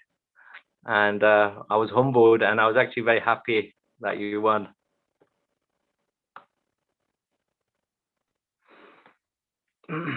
Actually, I still wish that we actually spent time in a different way. I should have spent more time asking you you to reveal your heart to me and teach me how to be more caring, loving, free from envy, enthusiastic to preach, loyal to the spiritual master, convinced about brahmacharya, convinced about Krishna consciousness, humility and tolerance. Those are the things that I should have learned from you. I'm having an opportunity now. You conquered the heart of the elders, the seniors, the brahmacharis, the Pandav Sena, and I had the great fortune to spend time with you when you came to stay a couple of nights at my parents' house in Leicester. And you were so caring. You connected with my mother and father so well. And they were so happy and remember you still. In Southampton, we did some preaching together where I saw you conquer the hearts of people on the streets. And you had the potency to bring them back to the actual event. I somehow never got much of your association. You are either with Ganesham Prabhu or the other devotees at universities, Pandav Sena, and always actively constructing ways to give the Krishna conscious message to others. But yes, we were together at Southampton and we'd have a good laugh, and how you managed to keep enticing that one lady called Bobby. Janakinath, I know if you're hearing me now, we would be laughing for sure, 100% on this. So we'd laugh that Bobby always used to bring a new boyfriend. So Janakinath Prabhu thought, this is brilliant. Let's keep bringing her in, and then she'll keep bringing different boyfriends, and then Janakinath Prabhu can preach to them, get the mercy. I was cracking many jokes with you, but I was taking the programs very lightly, but you took the programs actually very seriously. You were considering their spiritual welfare. You'd have like slideshows, whiteboards out, pen, paper out, fully engaging everyone at the program. But anyway, despite my laziness, you never pointed out my faults. You just humbly did your service and tolerated me and kept me enthused in your association. You let me find your faults and make jokes. Once the word Neanderthal came up in the Southampton Namahata program, and you said that you'd never heard of it. And I teased you about that so much. I think for maybe even after a couple of years, we were still saying Neanderthal. And once in the Dhammadarastikam prayers, instead of saying grinding mortar, you said grinding motor. And I think I ripped you for that quite a bit there, Janakinath Prabhu. But Janakinath Prabhu, I really love you. Please send me all the blessings. I badly need them. Please send me a small portion of your good qualities. You're always unassuming, humble, and I, like an idiot, missed the opportunity to humbly serve you and actually really learn from you. Anyways, that's what we had, our Ras, our brotherly Ras, fun Ras, and I do appreciate those moments more than anything. And just lastly, thank you for this Zoom, sharing this opportunity, and the Janakinath Prabhu, you had the most enthusiasm to play mridanga than anyone I know. I don't know what beat you were trying to do, but we joked and played and argued about your mridanga playing. And now I'm simply weeping, lamenting that you wish you were here right now with the mridanga, playing whatever beat you want to do, doing a Gauranga Kirtan. And yeah, last point, that yeah, Janakinath Prabhu loved sandwiches, and I wish I could make you lots and lots of spiritual sandwiches. And I'll meet you soon. And Hare Krishna to all the exalted Vaishnavas here. Hari Bol. Janakinath Prabhu ki jai.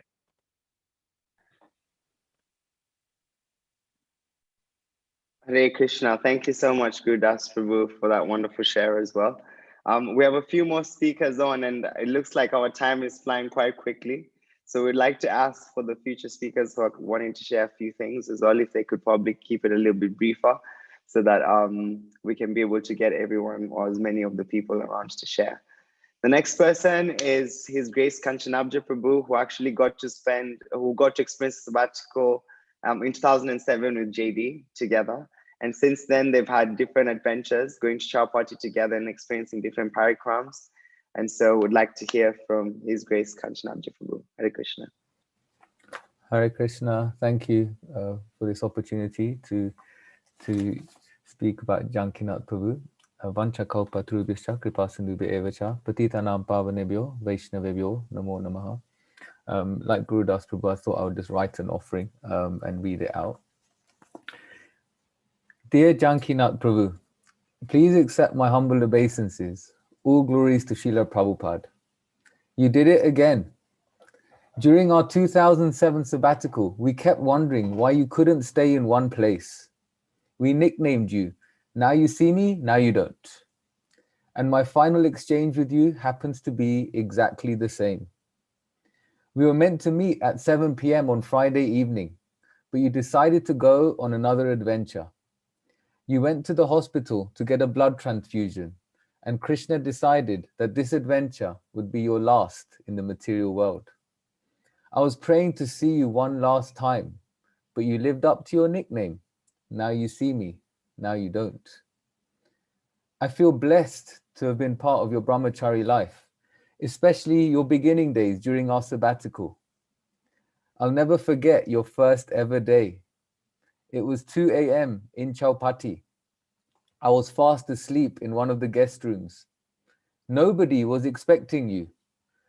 But the door made some noise, and the security guard said, "This devotee will share your room."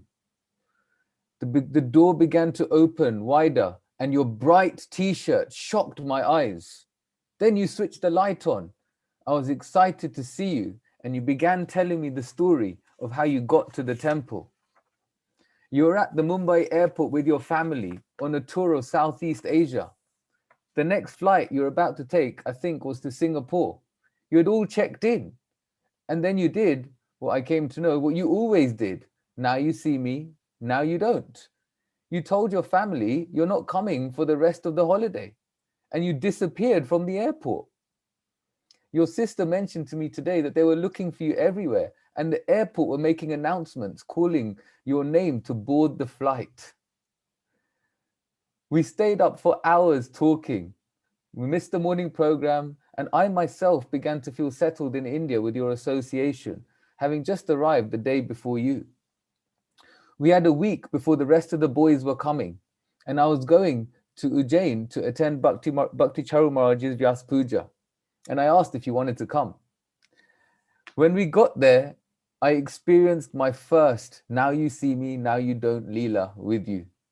I was just settling into the room, and you disappeared. I was wondering where you went. Within minutes, all the senior devotees in Ujjain were joyfully talking about you, and I asked where you went. Then you called my name from the top floor of the building. You made it into Bhakti Charu Maharaj's quarters, doing some personal menial service. You were here, there, and everywhere, eager to serve.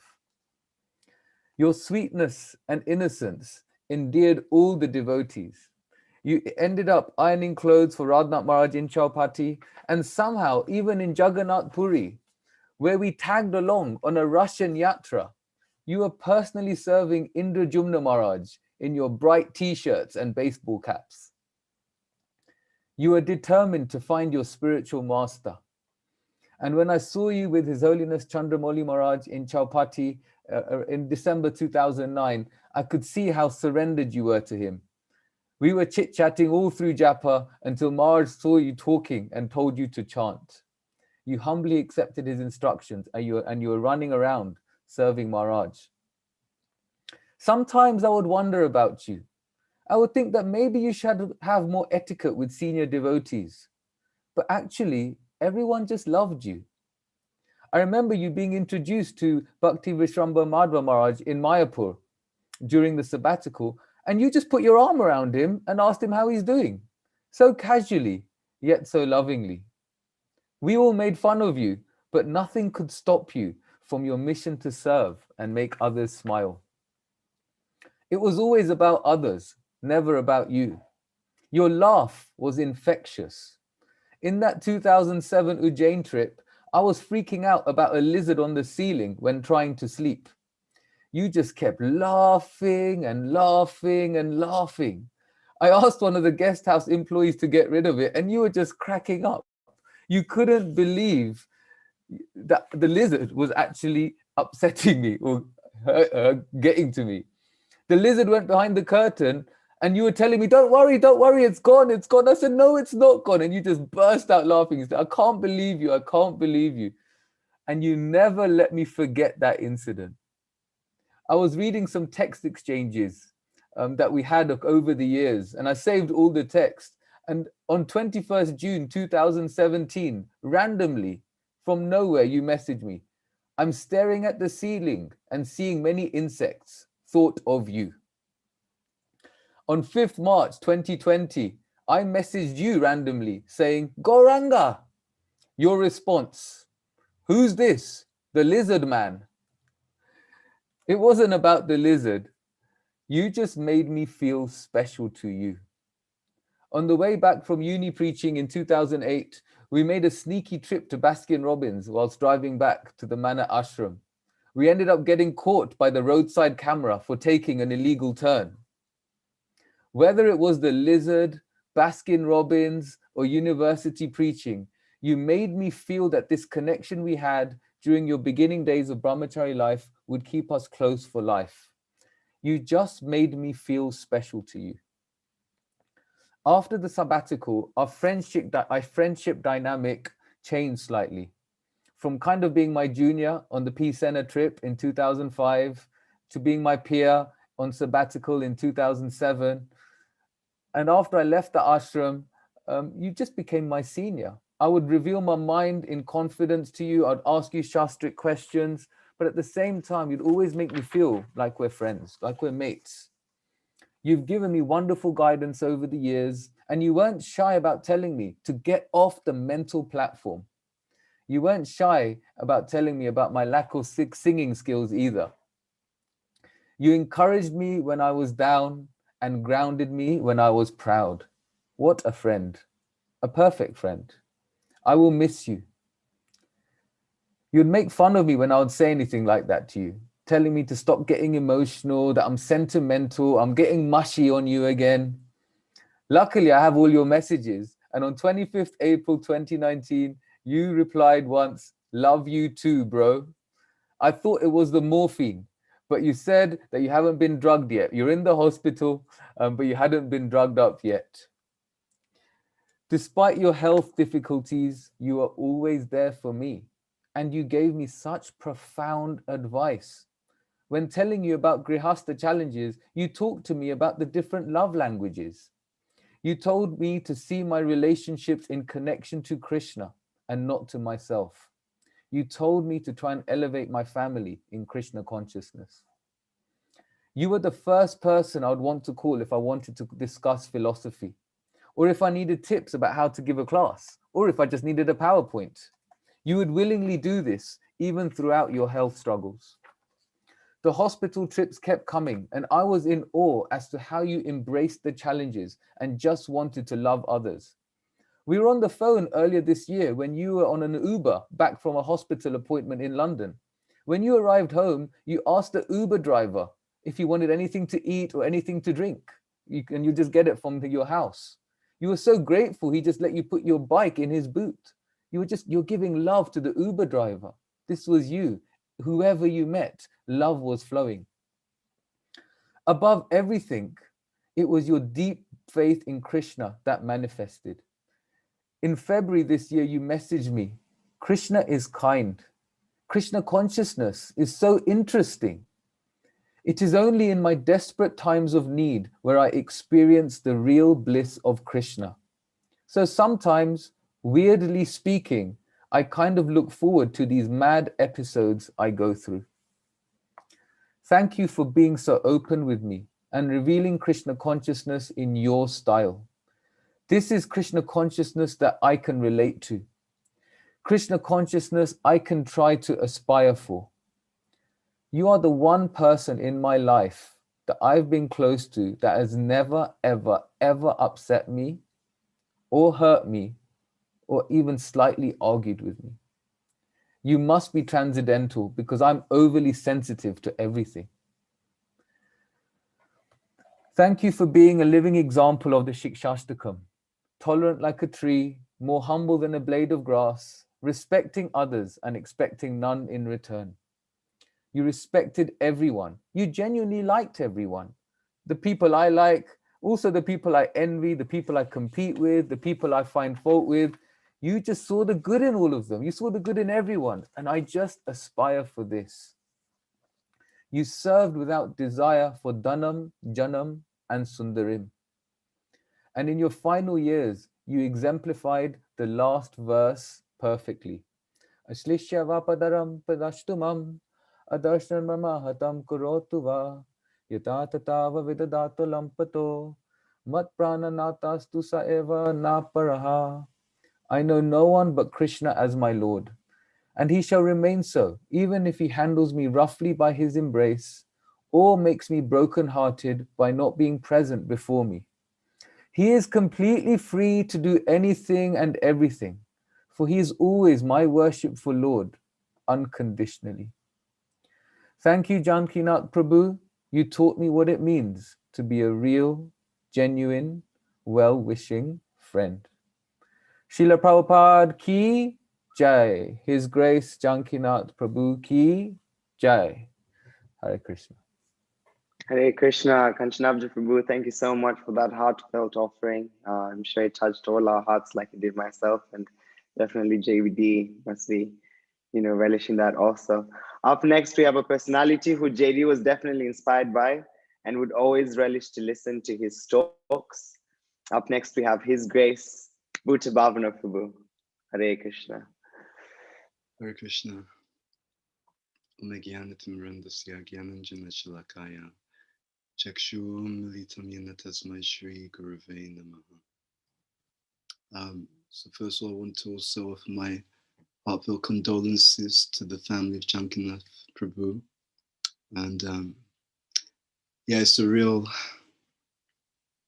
it's a bittersweet time. We were at the funeral earlier today, and just hearing the glories of Janakinath Prabhu and hearing the heartfelt pastimes that people were sharing was very, very blissful, and it made the separation even more intense. And I was just going to share a few reflections myself on Janakinath Prabhu. He indeed was a really wonderful person, and many devotees have been speaking about his positivity. And I was wondering, where does that come from? How is he able to be this kind of individual who has such a profound effect on other people? And one of the things that really occurred to me was that he had a certain vision.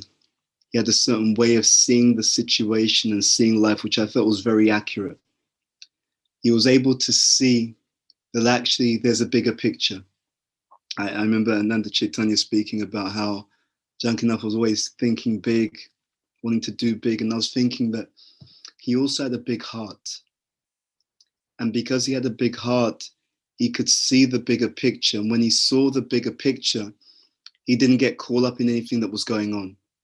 He didn't take anything that other people were doing. He didn't take it personally because he could see this is just a small interaction within a much broader life, much broader relationships, and also a much broader goal that we all have in terms of trying to be Krishna conscious and to share something very wonderful. And I thought that was really special because I felt that in this situation, in his health situation, and also in his whole journey in Krishna consciousness, I really felt and feel even stronger now that there's so many wonderful things that Krishna has been showing all of us through his own particular life. So I was reflecting on some of those lessons. Many devotees spoke about Janakinath's good qualities and his joyfulness and so on. And to be honest, my first thought was, people will think we should be more like Janakinath. That was my initial meditation. But then I thought, no, to be honest, there's something a lot deeper here. Why is it that Janakinath was so able to touch people's hearts and to be this very joyful person? And what really came to me is that his success was that he was doing what he was meant to be doing in Krishna consciousness. He was being, and I think Dayananda Maharaj spoke about this, he was being himself in Krishna consciousness, he was being authentic in Krishna consciousness.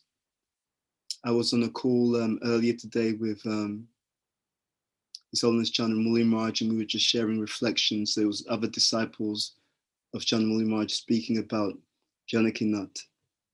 And I was sharing that I remember there was a glorification of Radhanath Maharaj by Tamal Krishna Maharaj.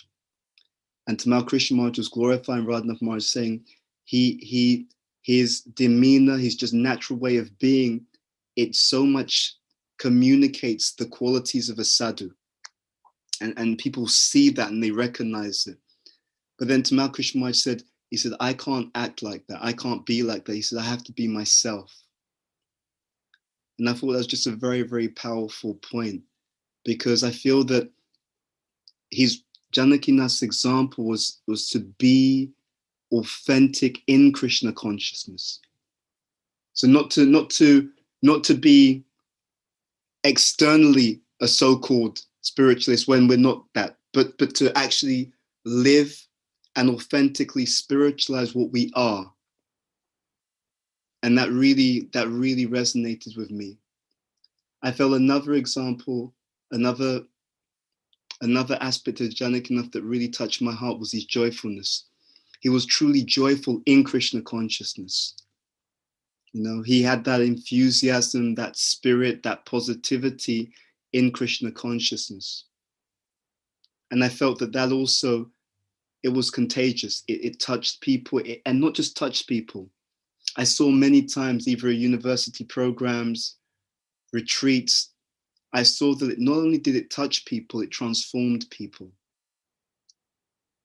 And I think many of you have beautifully spoken about that quality of really being able to touch people's hearts. And I think that was also because he was in touch with his own heart. He was being true to himself in a spiritual way. And therefore, when he spoke, when he acted, he immediately had access to that same depth that he had connected with himself. He had that access to that with other people. And it was just very, very wonderful to see. And then the other quality that he had was this selflessness. I remember many times speaking to Janakinath, and he would be sharing preaching ideas, preaching strategies, different ways in which things could be done. I was hoping to see him on Sunday. Obviously, he passed away before then. But I'd been meditating on him, and I was thinking, what am I going to ask him? And I wanted to ask him, what was Krishna showing you? What was Krishna revealing to you? What was Krishna, allowing you to understand through this time in Krishna consciousness, and especially this period where you had these health challenges? What was Krishna revealing to you? And I wanted to ask him for instruction. I want to say, Janakinath, what is your instruction based upon everything that you've been through? And I feel that there's so much we can learn from the life and example of Janakinath Prabhu that can really transform us. That's what I really felt. There's so much we can learn from Janakinath Prabhu that can really transform us, because he wasn't petty. And I think that when one is free of that pettiness, then instead of being small-minded, immature, taking the superficial behavior of others seriously, one can rise above it to lead a life of a deeper joy, and to actually be truly happy. And I see in that example of Janakinath that because he had that joy, it was infectious. He was able to give that to other people because he carried that within himself.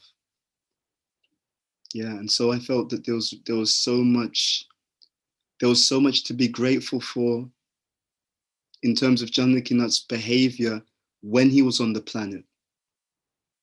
But I also feel in so many ways that Krishna has given us so much to be grateful for, even as he moves into whichever next stage of existence that he's moving to as well.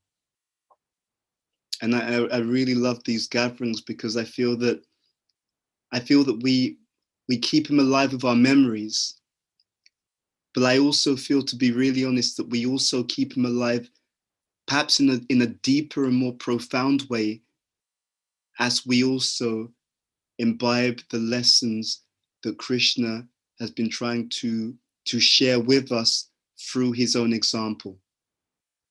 I'll maybe end on this point. One devotee I know, he said something very interesting to me recently regarding Janakinath. He said sometimes Krishna will have a desire to share something, and sometimes he'll consider which devotee will be able to nicely display this particular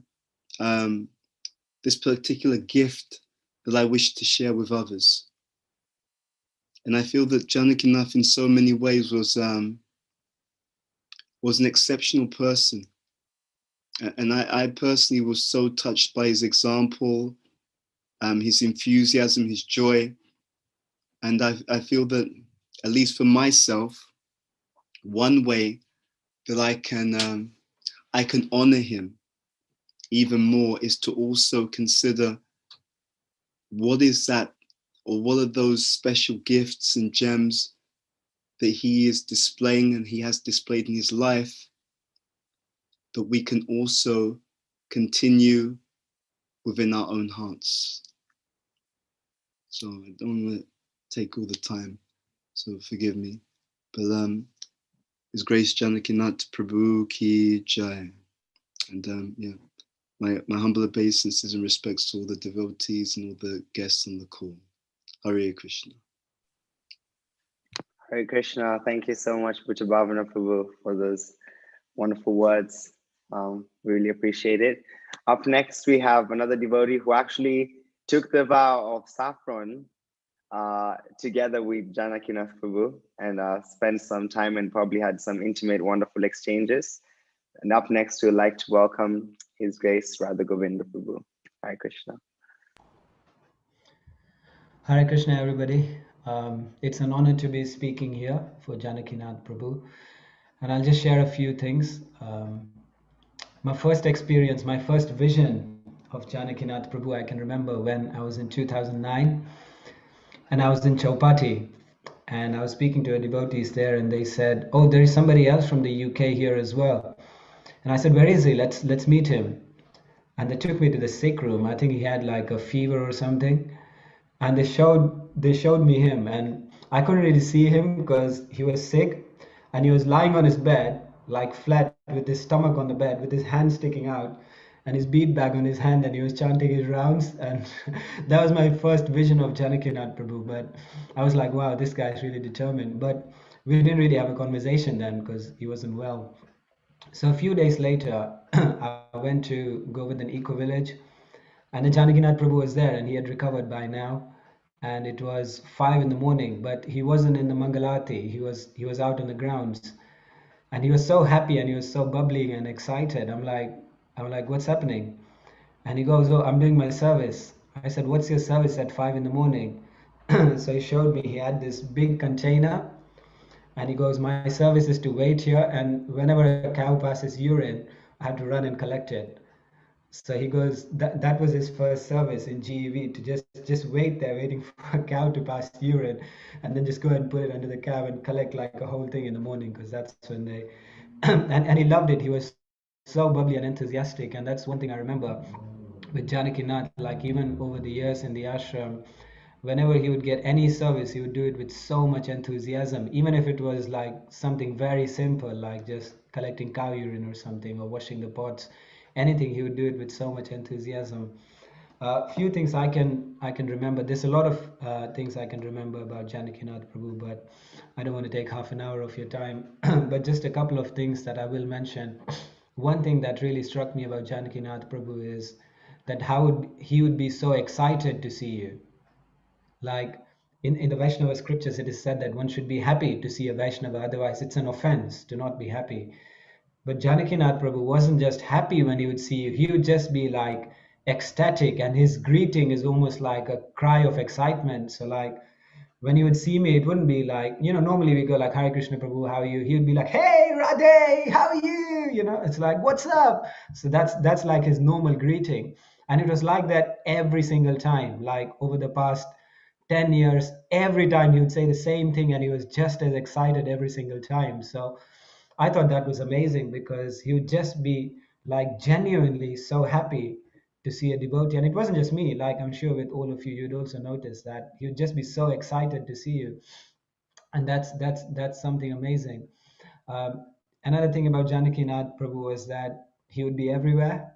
Like he would take the opportunity to just go do service everywhere. So like even in India, he would be everywhere. Even in the UK, he would do this program and that program. And one day he would be at Pandavasena, and another time somewhere doing a Sangha. And he used to travel to America a lot to serve Chandramouli Maharaj. And we used to often joke with him that JD actually lives in America. He just visits the manor, because most of the time he just spends in America serving Maharaj. And I know Chandramouli Maharaj mentioned quite a few times how he used to love like JD, because Janakinath Prabhu exactly knew what Maharaj wanted, and he would serve him so well that Maharaj just wouldn't want any other personal servant. Even if you try to offer somebody else to Maharaj, Maharaj would say, no, we want Janakinath. If Janakinath available. And that's why Janakinath would always be traveling with Chandramouli Maharaj. And it's amazing, this guru-disciple relationship it was inspirational for me as well to try and develop that relationship. Another thing about Janakinath Prabhu was that his hideout in the ashram was on the roof. So actually at the ashram, like it's actually banned to go on the roof, and but JD, he would always be on the roof, like that was his place where he would stay, and he would read and he would chant. And Prayojan Prabhu, I don't know if he's on the call, but he would get really fried. And I remember once he put like this big sign on the window that please do not go on the roof. And that's the window you would actually open. And Janakinath Prabhu, for like days, he would just open that window and just go past that sign and straight on the roof. I think once Prayojan got fried and locked him up there as well, I think. But he used to love that place. And I think he made a few videos there as well. On the roof, and he used to really like his solitary place where he could just stay and focus. Another thing is also one thing actually, one very important thing, and this is one of my like strongest things, is that I don't know if I can tell this for everybody, but for Janakinath Prabhu, definitely I can say for sure that Janakinath Prabhu, he had no lust. I mentioned this in the morning program when I gave class, but he had like literally no lust, no envy, and he would never criticize anybody. Like sometimes we criticize people, and it's just kind of natural. I don't know about you, I'm speaking for myself here, but you get into it, and then you start talking, oh yeah, that guy does that, that guy does that, and 20 minutes later, after a whole 20 minutes of blasphemy, we go, anyway, he's a good guy, he's trying. We say that. But Janakinath Prabhu, even if you say something even minutely like critical of somebody, he would really catch you on that, and he would say, Radhe, are you sure? Are you sure? Maybe it was just you. Maybe you were doing like that. That's why he was just reacting to that. And he would never, like, let alone criticizing anybody, he wouldn't even let anybody criticize anybody. He would really like catch you up on that. And I think that was a really, really amazing quality that Janakinath Prabhu had. He was also very, like, what do you call, sporadic. He would just like do things. If he thought about it, he would just do it.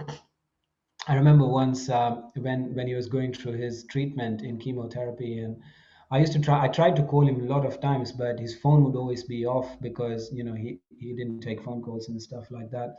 And I tried for months, and I sent him so many texts, and he never replied.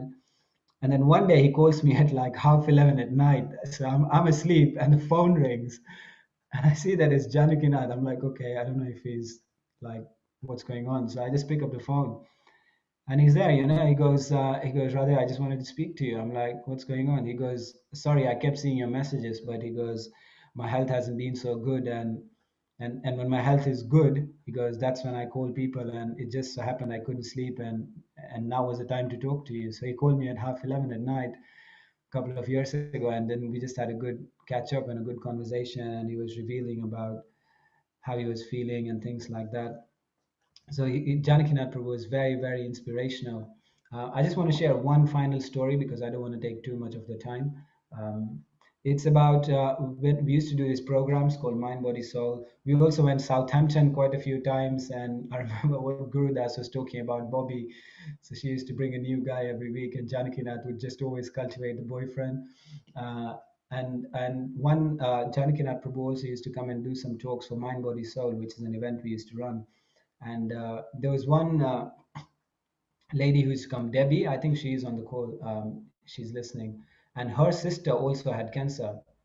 And Janakinath Prabhu used to like give all these talks and stuff like that. And I told Debbie about him, and she said I could never tell because he was just so jovial, and he was so engrossed in his service. He wouldn't let anybody even know that what he's going through. And she said, my sister has got cancer, but she's really, really struggling, and she's depressed, and she could really do if JD would meet her once. And I said, okay, I'll ask him. So then later on after the session, I asked Janakinath Prabhu, would you like to meet her? And he immediately agreed. Like, it's very interesting because he didn't even know that person, and he just immediately agreed. He said, yes, I'll go and meet her. So we arranged a time to meet this lady with Janakinath Prabhu at her house. And she doesn't usually meet people because she was very sad, and she was kind of in a difficult situation, and she was always looking for a way to kind of get out of the meeting. And what happened is on that day, I think Janakinath had a different program, and he had to, or his health wasn't good. Some reason he was late, and so this lady, he was like 10-15 minutes late, and she sent a message like saying, okay, just tell him don't come now, because that was kind of the excuse she was waiting for, because she just didn't want to meet people. But JD, he wasn't 10 minutes late, he was 2 hours late. And he got the message, but he just 2 hours later, like 2.5 hours later, he just turns up at this lady's house with like a big bag of prasadam and mahaprasadam, and knocks on the door, and he just goes in, and then he just has a normal conversation. And this lady Debbie, when she goes to the house, she sees that Janakinath's there, and she didn't even know he was coming because it was cancelled. And he had his feet up on the sofa, and they were having like a really amazing conversation. And he gave her like loads of mahaprasadam and stuff like that. And he actually, even though he was going through such a difficult time, he never stopped helping and thinking about other people. And that lady just said that Janakinath was one of the most amazing people she's ever met in her whole life, and that just that little conversation did like change her life forever. Um, so I think if Debbie is there, she can let her sister know. But Janakinath Prabhu, we all know the story of how when he was going through his surgery, and then he just got all the doctors and nurses from NHS, and he did like a retreat with them. He was, even through the most difficult times, he was always thinking, how can we push Prabhupada's mission, and how can we preach and share Krishna consciousness? And he never thought about himself. He was always trying to give. And he lived a very, very glorious life. And in his whole lifetime that I knew him, he only did amazing things. And I even if I tried, I couldn't find one fault with Janakinath Prabhu. And even though we all miss him, and I really miss him as well, because he was one of my best friends in the ashram. And I'm not worried about him, because I am convinced that Krishna is looking after him, and there is no doubt. I don't know if I could say that for anybody else, but with Janakinath Prabhu, there is no doubt that Krishna is looking after him. And Krishna also looks after his devotee and his whole family. So thank you. Hare Krishna. Hare Krishna. Thank you so much, Radha Govinda Prabhu, for sharing that. That was really, really nice. And now we're going to be moving on to a different, slightly more intimate part of the session. The next group of devotees who will be speaking and sharing their realizations were actually present with JD during the latter part of his life. For the past few months, these devotees spent time with him, served him, and took care of him, and personally were sharing realizations and different interactions together. And so we are very fortunate to get to hear from them and what the experiences they had. So first off, we have two wonderful, amazing devotees who also inspired me during this time. His Grace Bhagavatananda Prabhu and His Grace Radha Damodar Prabhu, who spent so much time with JD. Hare Krishna. Okay, the boss has told me to go first. So. Hare Krishna, everyone. I'm grateful for everyone that's on this session, and again, we want to express our condolences to the family and to the community of devotees for Janakinath Prabhu's loss. But also, we were reflecting today that it's a celebration, because what he's achieved is what everyone's aspiring for. The whole process of bhakti is for what he's actually achieved. So yeah, I'm gonna come at this from a different angle. It's not so much in the last few months, but I've had the fortune of knowing Janakinath Prabhu for nearly 12 years now, and our relationship began as mentee and mentor. He was my mentor and the mentee. But as things evolved, we became like friends, so much so that he would just call me different names. It went from bad to bags to the bags. And then, as Gurudas was saying, I used to just call him Jade or Jades. So, as time went on, he made me feel like we were friends. But of course, upon reflection, that was just his kindness and his humility. But yeah, I just wanted to share some stories throughout the years with him. When I think of Janakinath Prabhu, I think of a character out of the Chaitanya Charitamrita. Because for me, the Chaitanya Charitamrita was two things: spreading the Krishna conscious movement, Sankirtan, and quality relationships between devotees. And when I think of Janakinath Prabhu, I think of these two things. He gave his life to the Sankirtan movement, whether it's book distribution, youth preaching, corporate preaching, charity work. And as we've all heard, he cultivated perfect devotee relationships throughout his whole life. So, I just wanted to start with that. And the first thing I really learned from him and I observed over the years was he only saw the good in people. We have many amazing people that focus in the good in people by consciously neglecting the bad. But JD didn't even see the bad. And we often used to get into discussion, I wouldn't say arguments, but I used to say to him, when we were discussing management, I was like, JD, don't you see that this person's not doing things right, or, we need to change things here? He's like, no, Bhagavad, you're seeing things wrong. There's an issue with you. You're not just, and like, it was sometimes for me, it was obvious that the other person was doing things wrong. JD just wouldn't see it. He just wouldn't see the bad in anyone. For a lot of us young people, I compared Janakinath Prabhu to Jambavan in the Ramayana. Jambavan was the personality that reminded Hanuman of his potential. And that was him for all of us. When I was 16, Janakinath Prabhu kind of pushed me to start speaking and giving talks. I remember my first talk was at a sixth form or at college. And Janakinath actually sent me all the notes, he spent 3 hours going through how I should give the talk, because this was my first ever time public speaking. He said, come to the ashram, you know, and we can rehearse the talk. So I was rehearsing in front of him. He would give me pointers, and he trained me up to speak. And as the years went on, he saw that, you know, I was organizing different things, and he said, you should go more into organizing. And even now, you know, when I, you know, have difficulties, or if I'm discouraged serving senior devotees, I would always speak to Janakinath Prabhu, his realizations of traveling with His Holiness Chandramuli Maharaj, and he would always lighten up the mood. He told me one time that, you know, because I was saying to him that I think I made a mistake serving my guru, and, you know, I really can't get over it. And he said, Bads, don't worry. He said, you know, one time I was traveling with Maharaj, and he had some sweets, and it was left on the desktop. And what I did is, I was really hungry, I hadn't eaten all day. So I took those sweets and I started eating them. And later Maharaj came and chastised me and told me those sweets were for his deities, and I had just eaten them. So, you know, Janakinath would tell me all these funny stories, but then it was always a really deep, meaningful lesson that he would teach behind it when serving senior devotees, you know. And, you know, the second thing I want to share about him is his character. You know, we've heard so many amazing things. And he's a friend to all, right? A few weeks ago, we had a call with all the brahmacharis that spent time with him in Govardhanika village and Iskon Chowpatty. And they were just sharing that, you know, the brahmachari training there was for 2 years. So for 2 years, you spend every day, day and night, with the same 25 men. And the devotees were saying, in those 2 years, Janakinath Prabhu didn't say one ill word about anyone. He didn't get annoyed at anyone. He didn't get angry at anyone for 2 years.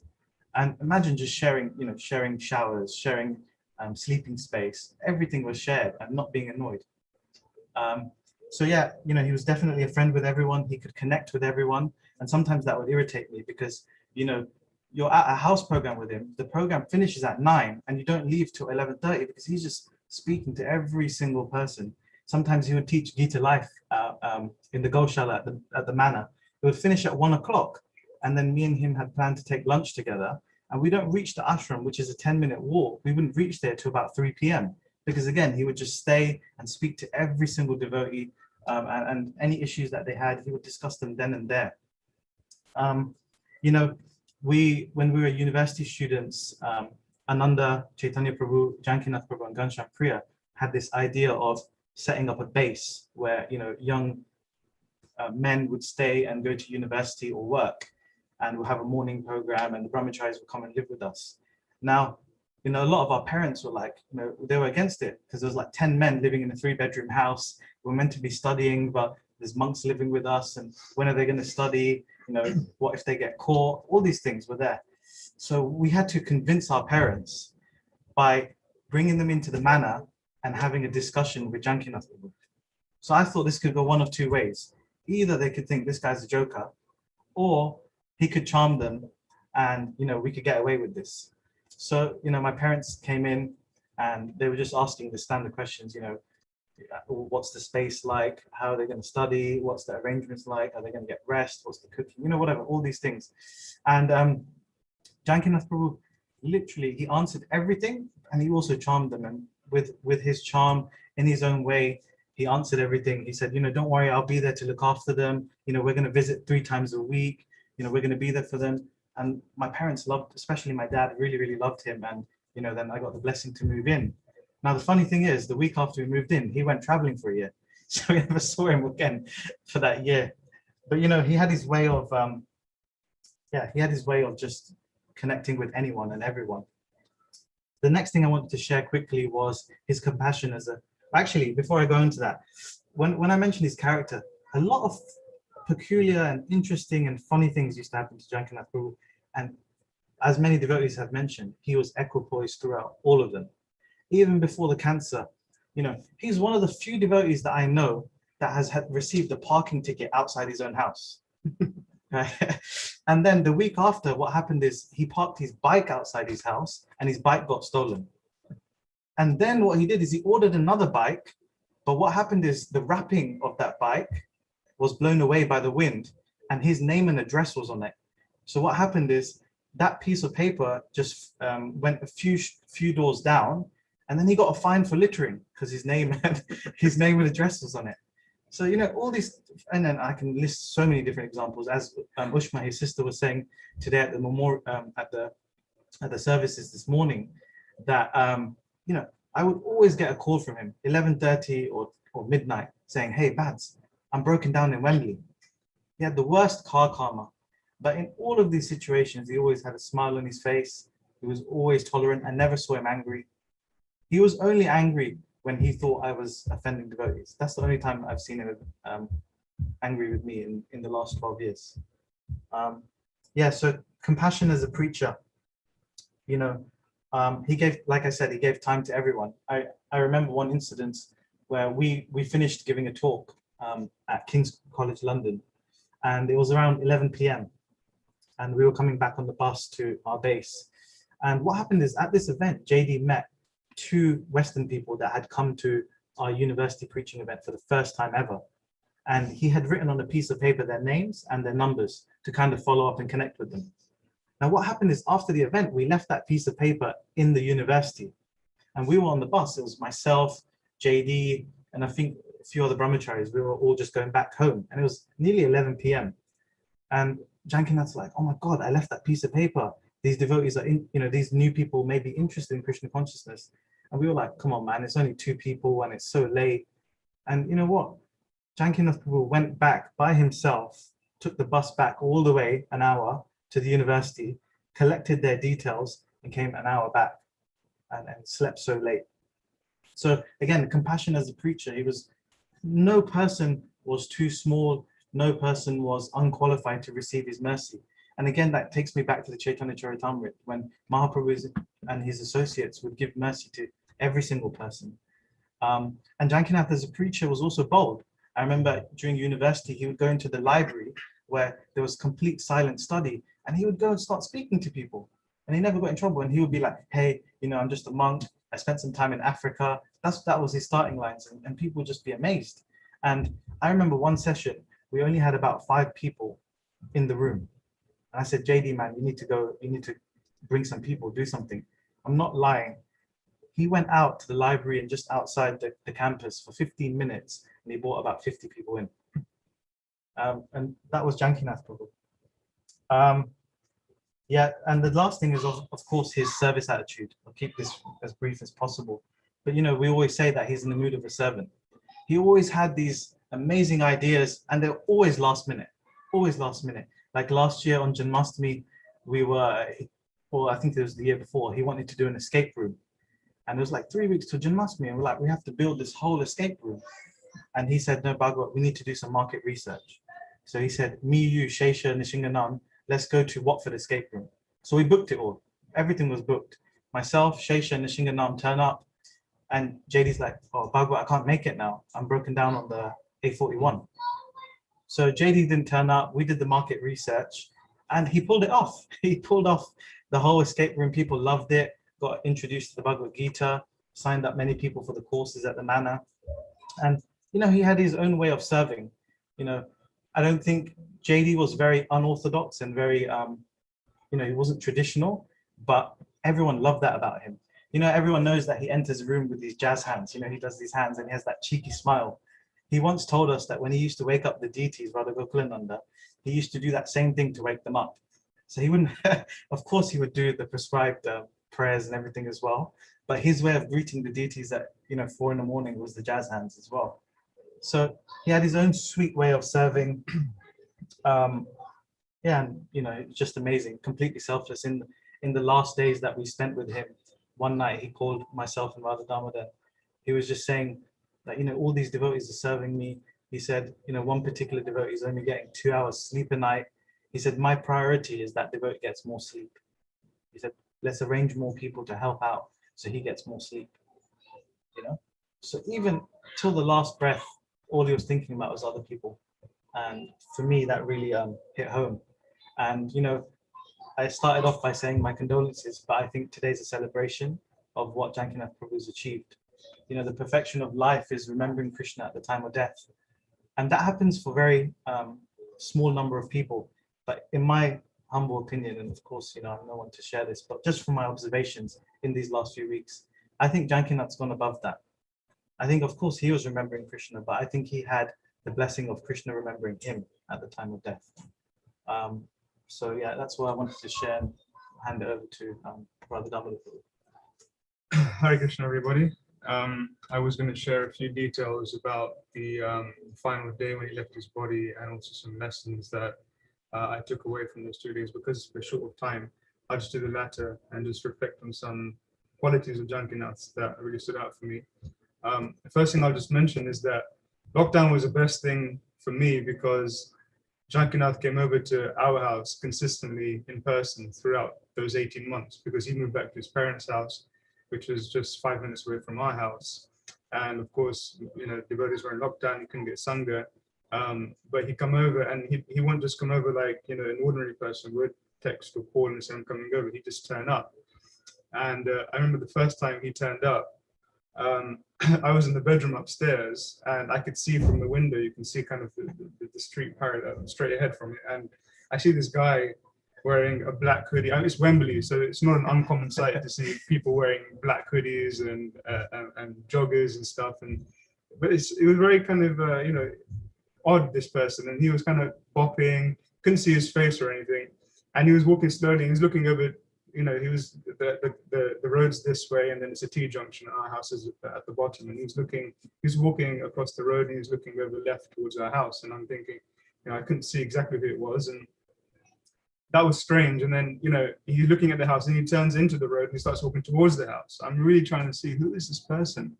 And again, very slow. He's got his hoodie over, so far over, you know, he wore oversized clothes, so you couldn't see his face properly.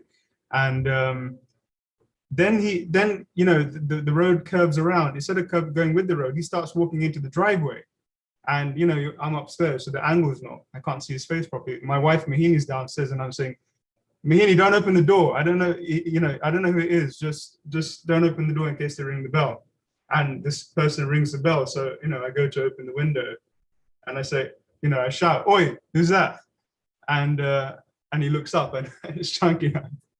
And anyway, that became a series of regular, you know, every week, every couple of weeks, he'd come over, and he'd come over, even though I told him, please tell me before you come, so at least I can be prepared.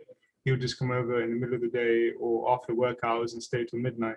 So lockdown for me was the best thing ever, because the association that we had, the conversations we had, they were profoundly deep, and I saw a side of Janakinath that I didn't even know existed.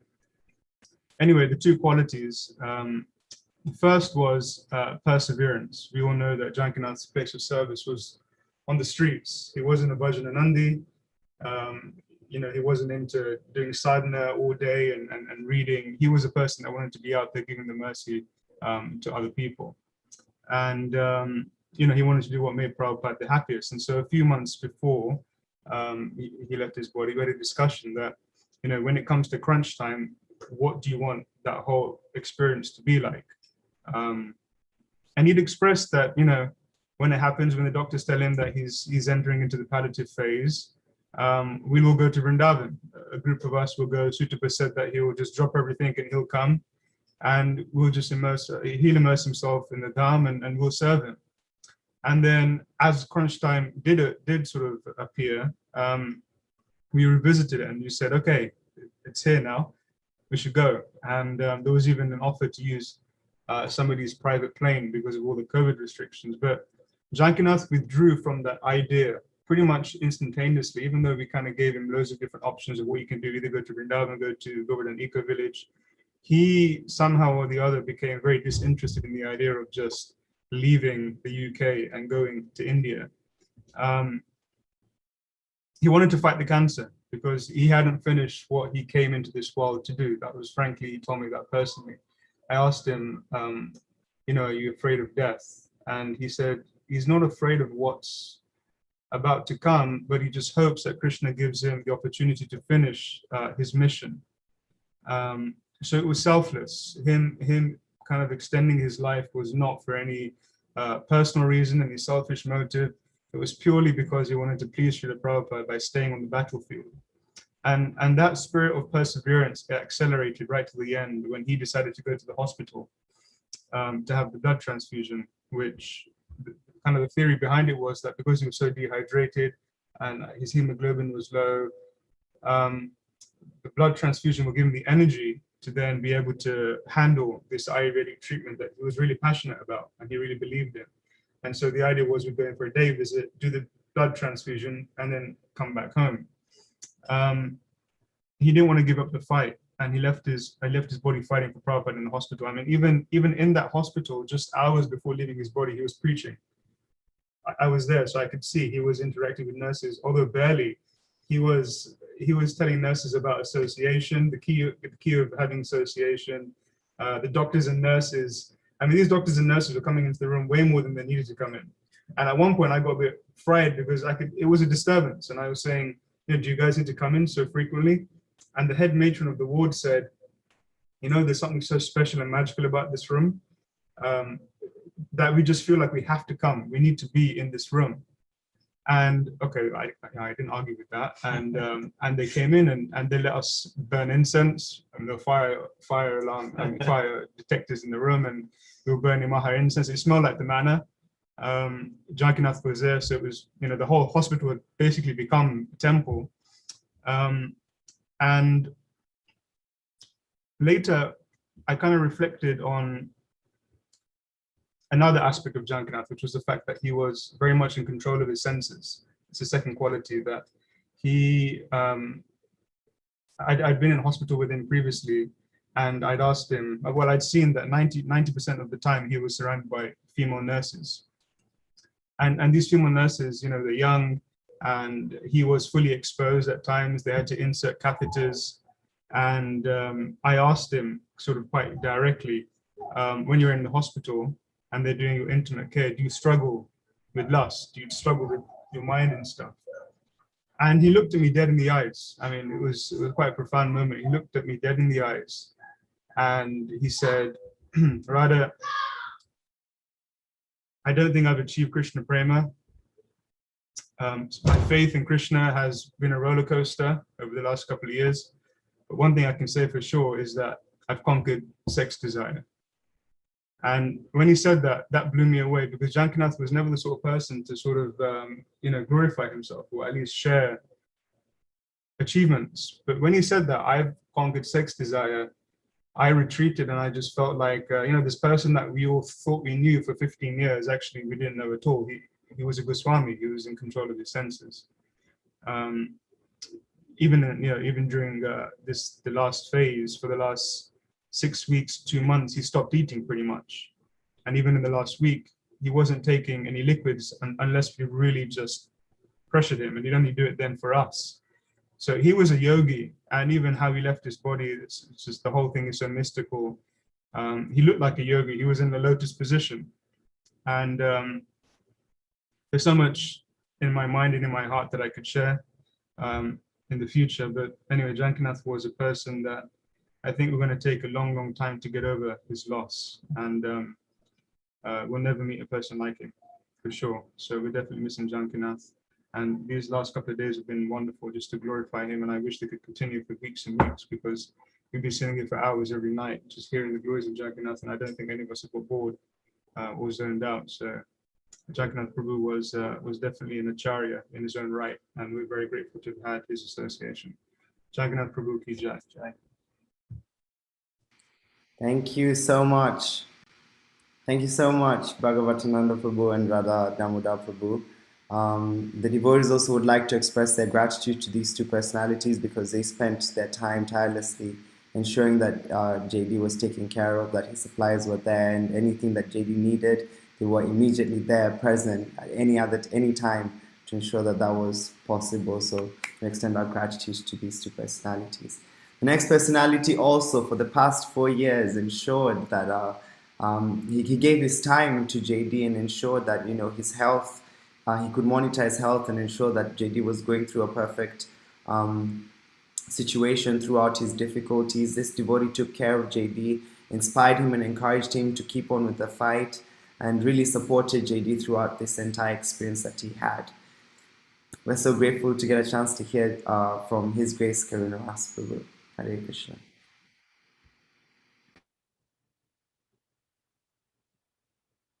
Hare Krishna. Hare Krishna, thank you very much for allowing me to speak something regarding Janakinath Prabhu. Vancha kalparbhyascha kripa sindhubhya patidanam bhavanebhyo vaishnavebhyo namo namah. Janakinath Prabhu, hey Gauranga! That's how I remember him, see him all the time whenever I met him.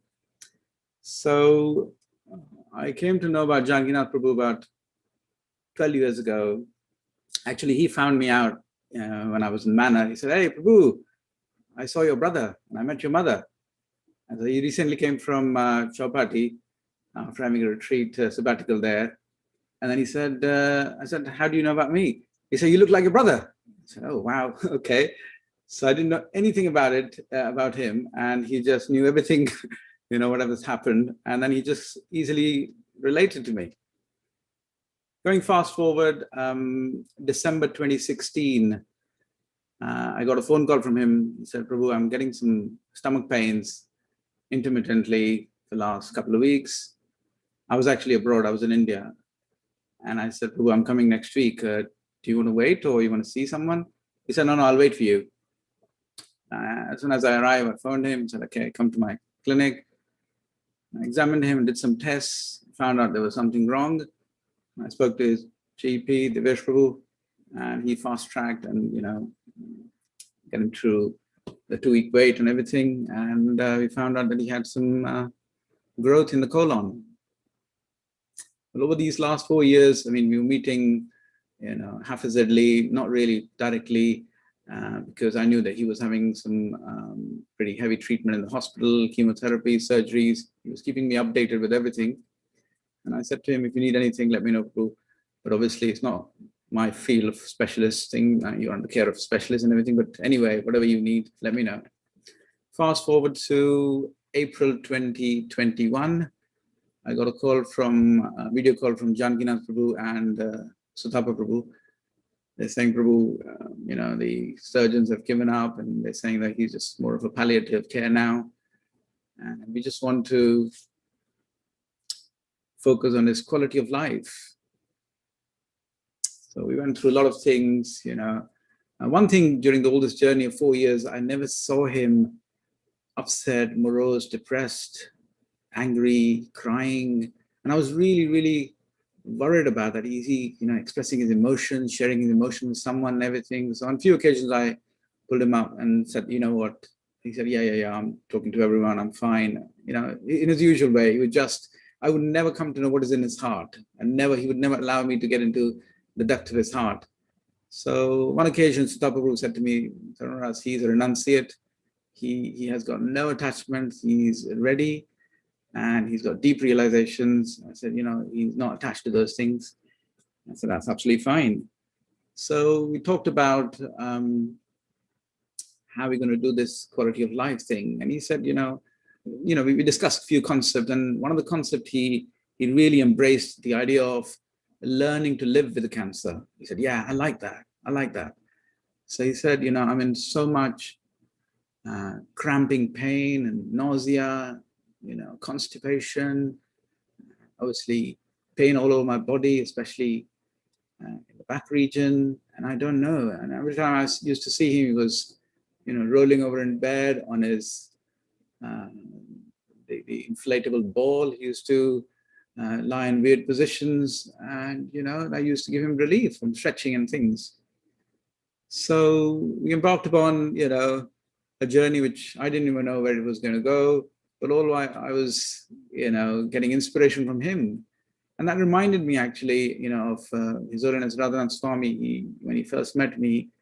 And he said, you should always see anybody coming to ask for help, you should see that they're actually trying to engage you. They're actually doing a favor in you, going through so much pain and discomfort that they're trying to engage you, you know, going through so much discomfort and difficult times. And that really came to the face of it, really, when I saw Janakinath Prabhu. It really reminded me of that, you know, he's engaging me somehow. And then there came a point where we started off with a couple of treatments. Obviously, I contacted a couple of my friends in the area of functional medicine and Ayurveda and other places I knew. And so we came across one of this doctor, Ayurvedic doctor, came and saw him. He was very nice. And the good thing happened was, his abdominal cramps, constipation, nausea, vomiting, that got better in a couple of weeks, which he was very much relieved. And the back pain, the pain around in the back of the colon where he was pain more, that was relentless. And then he used to ask me, what should I do? Should I take morphine? I said, yeah, you must take morphine. He said, how much can I take? I said, whatever you need, there's no upper limit to it. And he said, but I'm worried about the constipation and the nausea. That really, really upsets me. I said, okay, Prabhu, tell me, whatever you like, we are here to facilitate. And then Sutapa Prabhu said, whatever helps you focus in your bhajan, do that. So I came to the straight question. I said, is it the pain or is it the pain relief which helps you? He instantly came up. He said, both. I said, how come? He said, when I'm in pain, I'm able to surrender. I'm able to surrender myself fully to Krishna. When I'm relieved of pain, then I can relish the association of devotees. I can focus on the Krishna Katha. I said, I'm in a win-win situation. That was kind of completely, blew me up completely. I thought, this is amazing. I mean, I started off, my relationship with him was like, he was a younger brother. I always took him like that. And he was completely changing now. And I thought, this guy is completely different. He's got different realizations. So that was one thing. So he embraced both pain and the absence of pain. So he was not detached to any of this. Then whenever he used to meet me, he'd say, hey, Prabhu, you got the swag. He used to laugh and smile. And I realized that, this guy, he's got the swags of simplicity and the smile. That is why he's able to touch everyone's heart, because he's allowing the mercy of Krishna to flow through him uninterrupted. And he's got that swags. That is why he's able to touch it. And during the last days, just last week, we were getting confused what he wants, because medicine he didn't want to take, sometimes he wanted to take. And Sutapa Prabhu actually, me and Sutapa Prabhu was there. That was 1 a.m. at night. And then he said, Prabhu, I want you to push me.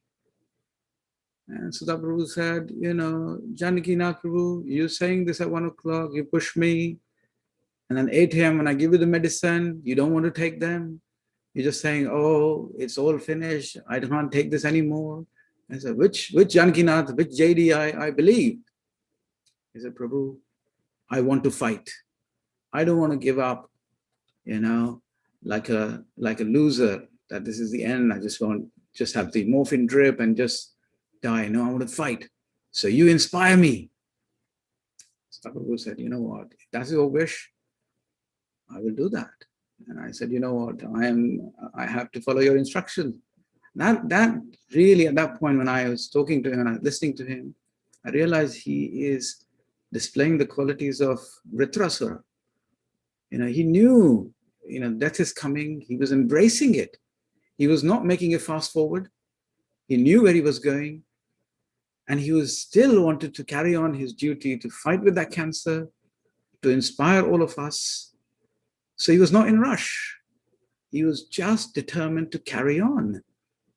And I thought, this is, and Sutapa Prabhu said, this is living Bhagavats, living saints of modern day we are experiencing. And I thought, this is amazing, I've come across people with terminal illness and saying, it's enough, I had enough, just give me something so I can be in peace.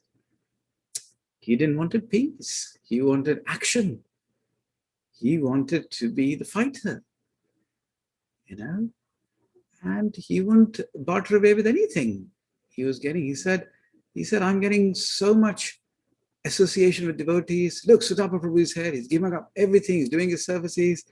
Where will I get this? Where will I get this? Every night the boys are coming, doing kirtan. I've got my friends, well-wishers. I've got Zoom call from everywhere. when will I get this? This is amazing. I want to carry on fighting. So this is really mind-blowing. Another thing which everyone talked about, he was a magician, he was a trickster. He used to play magics and things. On 3 occasions, the last 3 months, from April onwards, we had 3 episodes when I personally felt that, we're going to lose him. Once when I took him to the hospital, Charing Cross, I thought, he was really emaciated. He was dehydrated. He was really, I thought, Sudha Prabhu, I said, Prabhu, I don't think he's going to make it. He sprang back within 5 days. He got discharged and everything. A couple of weeks later, Sudha Prabhu said to me, he is dopey. He's sleeping for 16 hours. Is it the end of it? How do we know? I said, okay, let's see.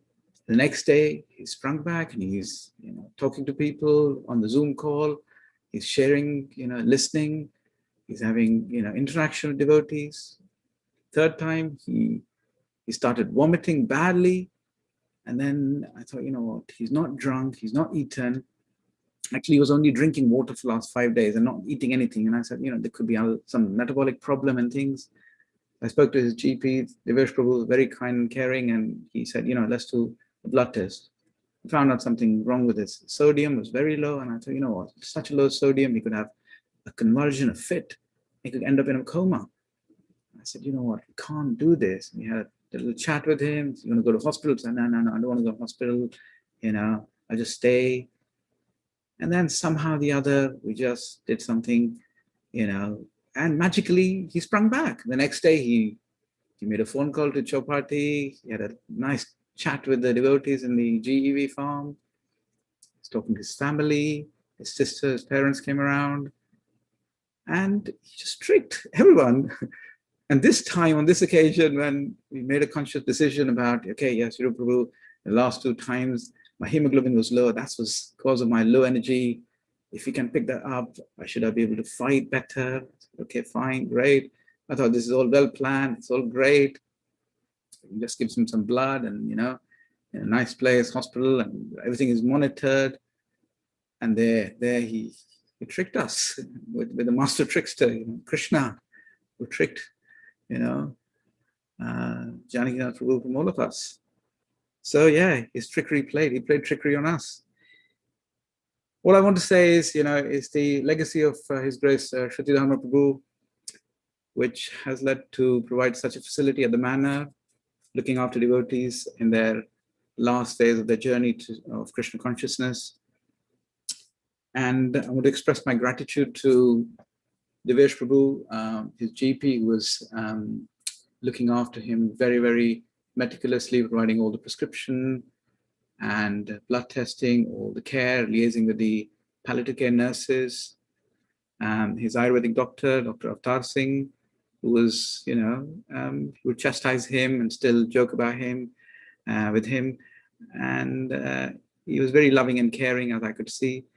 His family, to allow him and accept him as a renunciate is very difficult. It was easy for him to become a renunciate, but for his parents, for his sister, for his brother-in-law, and the other extended family members to accept him as a renunciate and go through all this, I think it's incredible, and hats off to them. Philip Prabhu, who looked after Shruti Prabhu, and we phoned him and he said he could train the boys in looking after his personal care. He just cancelled his shift and he said he'll come back. He'll come to teach everyone. The next day he was there to teach the boys. Roberto Prabhu, who served him like a mother. I could see a motherly love in him, the way he looked after him so very nicely, making him khichris and soups and dals and whatever, serving like a mother. Radha Damodar Prabhu as a personal assistant, caring assistant, and a loving friend. It just was so natural for him to, be with him 24/7 in a hospital, wherever. He just was in control. He said, whatever it is, we'll do it. We'll do it. Whether it's the flies, whether it's whatever it was, Radha Damodar Prabhu had the answer for it. Well, obviously, boys in the ashram coming to visit him regularly, cheer him up, and doing the kirtans in the evening. That was amazing and uplifting.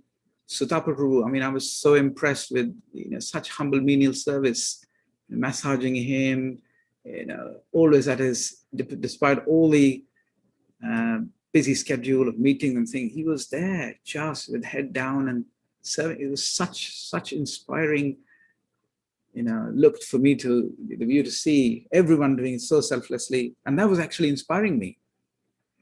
And that was inspiring, JD Prabhu. So I thought he just, the devotees of the manor, especially the ashram devotees, allow him to fulfill his journey from where he started. He joined the ashram and made it right to the end. And that was real success, I think. And he had a glorious passing away. He was fixed in his Krishna consciousness. He was not in a rush to go and get out of this miserable state, apparently miserable state to us, but it was a gift for him. He said in his TED talk, it was a gift. So he inspired all of us by his example, and truly he paid off his debt to his spiritual master and Srila Prabhupada by being on the front line and giving out that message loud and clear to everyone. You don't have to be fearless. If you're fixed up in your service, you'll be protected. So thank you all very much. His grace, Janakinath Prabhu ki jai, Srila Prabhupada ki jai. Hare Krishna. Thank you so much, Karunas Prabhu, for that wonderful share. And thank you so much for your service. The devotees, they can't stop, appreciating how much work you did and, how much time you put to ensure that JD was well taken care of, to give him advice, and everyone really appreciates it. So now, as Karunas Prabhu mentioned, he talked about a few devotees who, were in the ashram, who spent a lot of time with JD. These boys spend time, doing kirtans, associating with JD every single night, and, doing as much service as they can. So we'll give them a chance to share something small, probably like a memory or so each, because we're running out of time, and then we'll finally conclude. Hare Krishna.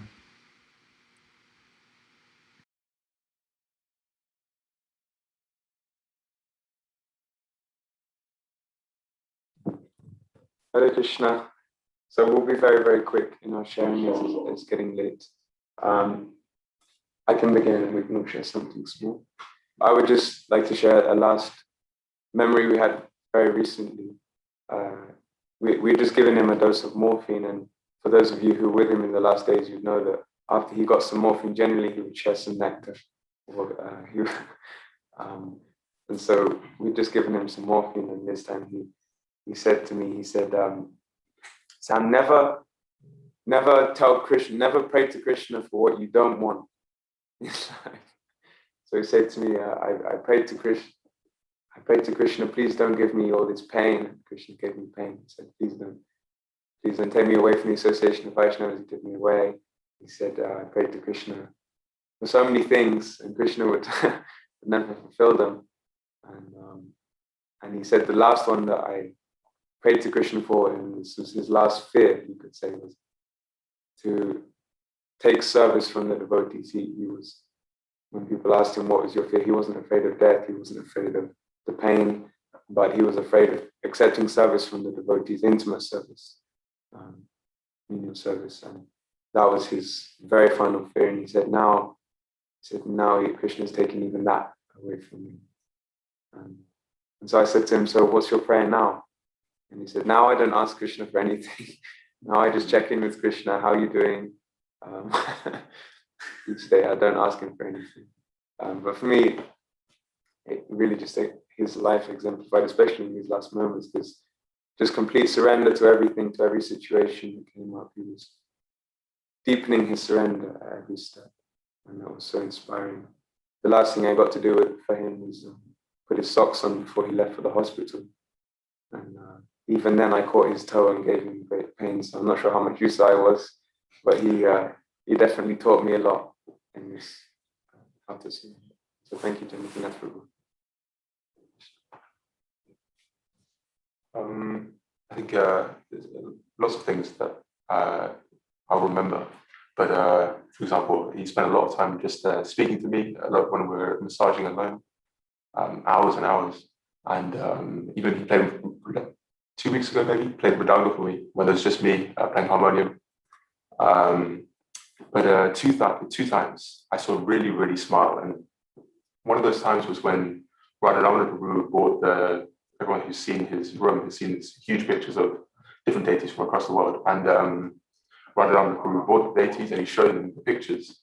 And well, I can look at the pictures of the deities and I can smile, but that was something else. His smile just lit up the whole room. It was amazing.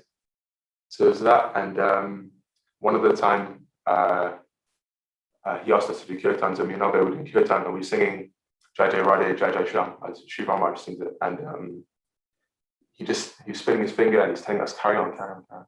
And he started to smile and he started to cry.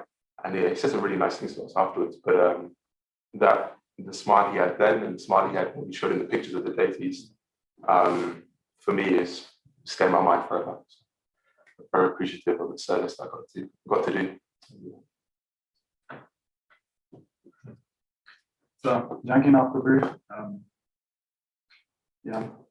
pretty sure you're one of the first brahmacharis I've met actually in Saffron, and by far you're the coolest.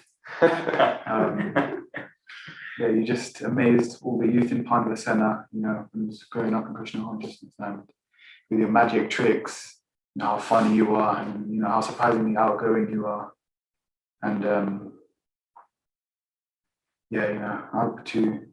I've learned a lot from you, Hare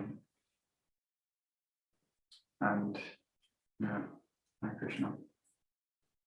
I'd just like to share one pastime I had with Janakinath Prabhu, maybe about 10 years ago. He always treated me like his little brother, and he was just there for me. He was always there at the right time, whether I was going through something which I was finding tough. He would always sit down with me. Even once I was struggling with my revision for A-levels, and he called me to his house and he spent like 3 hours just going through my revision timetable, going through all of my modules and saying, you have to do this many hours a day. I had to let him know every day how much work I had done. And I think I followed it for about 2 weeks, and then I kind of stopped, which is probably why I did very bad in my exams. But one pastime I had, which was when I was about 10, I think he noticed my attention to the deities during deity greeting it wasn't there. I was focusing on something else. I don't know what it was. So one day he called me up and he said, okay, today we're going to sit next to each other in front of the donation box. And I want you to tell me 10 things you find interesting about the deities. And we did this every day for about, I think 1 or 2 years. I think we did this when he was there for Mangalarti, because, as Ganesh Prabhu said, he missed quite a lot. But when he was there, we used to sit in front of the donation box and each come out with 10 things that we found interesting, maybe the jewelry, some certain patterns on the outfit, Tulsi Maharani's different dresses and stuff like that. So he was always trying to encourage me and always wanted the best for me and wanted me to be the best version of myself. So always grateful for that.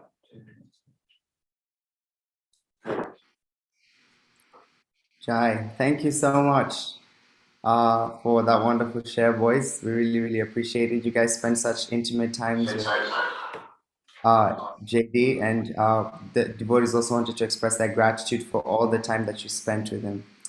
We're now about to conclude, so this is literally the final bit of the session.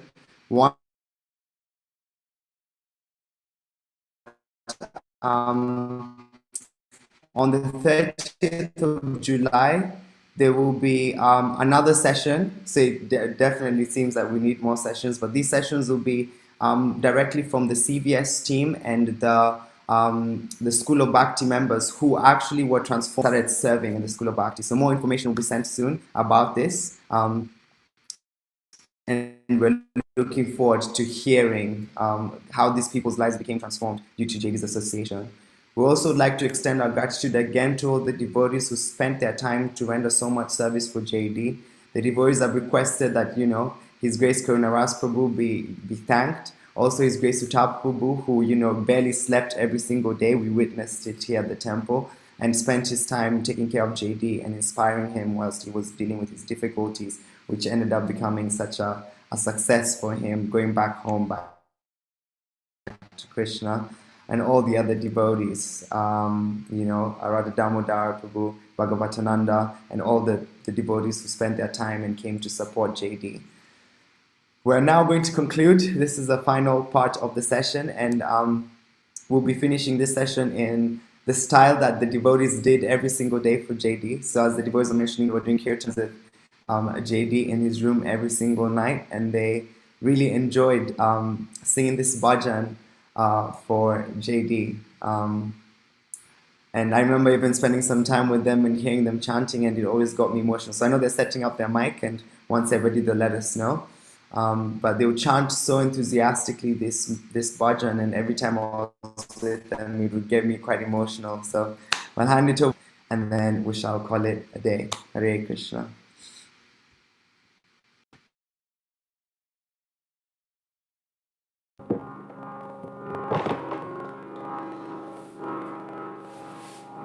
Jai Jai Radhe Jai Jai Shyam Jai Jai Shri Jai Jai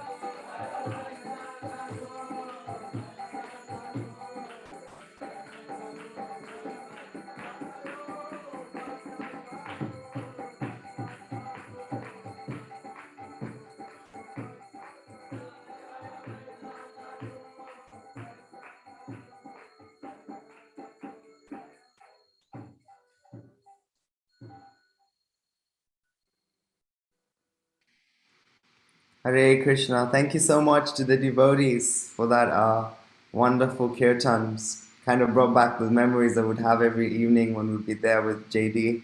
And now we're going to conclude. Thank you guys so much for taking the time to come and relish these wonderful nectarian pastimes.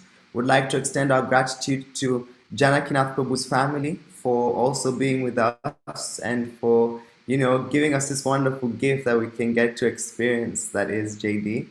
And for everyone else who's joined us, we've also got some people who are interested in rendering the service for extending the charitable causes that JD done. So thank you so much for availing yourselves, and we'll be reaching out shortly for that. And definitely, by the looks of it, we definitely need to be having more days of glorification for this wonderful Vaishnava. Vanchakalpatarubhyascha kripa sindhubhya evacha patitanam pavanebhyo Vaishnavebhyo namo namaha. Anantakoti Vaishnavrinda ki jai. His Grace Janakinath Prabhu ki jai. Srila Prabhupada ki jai. Janitai Gaura Premanande.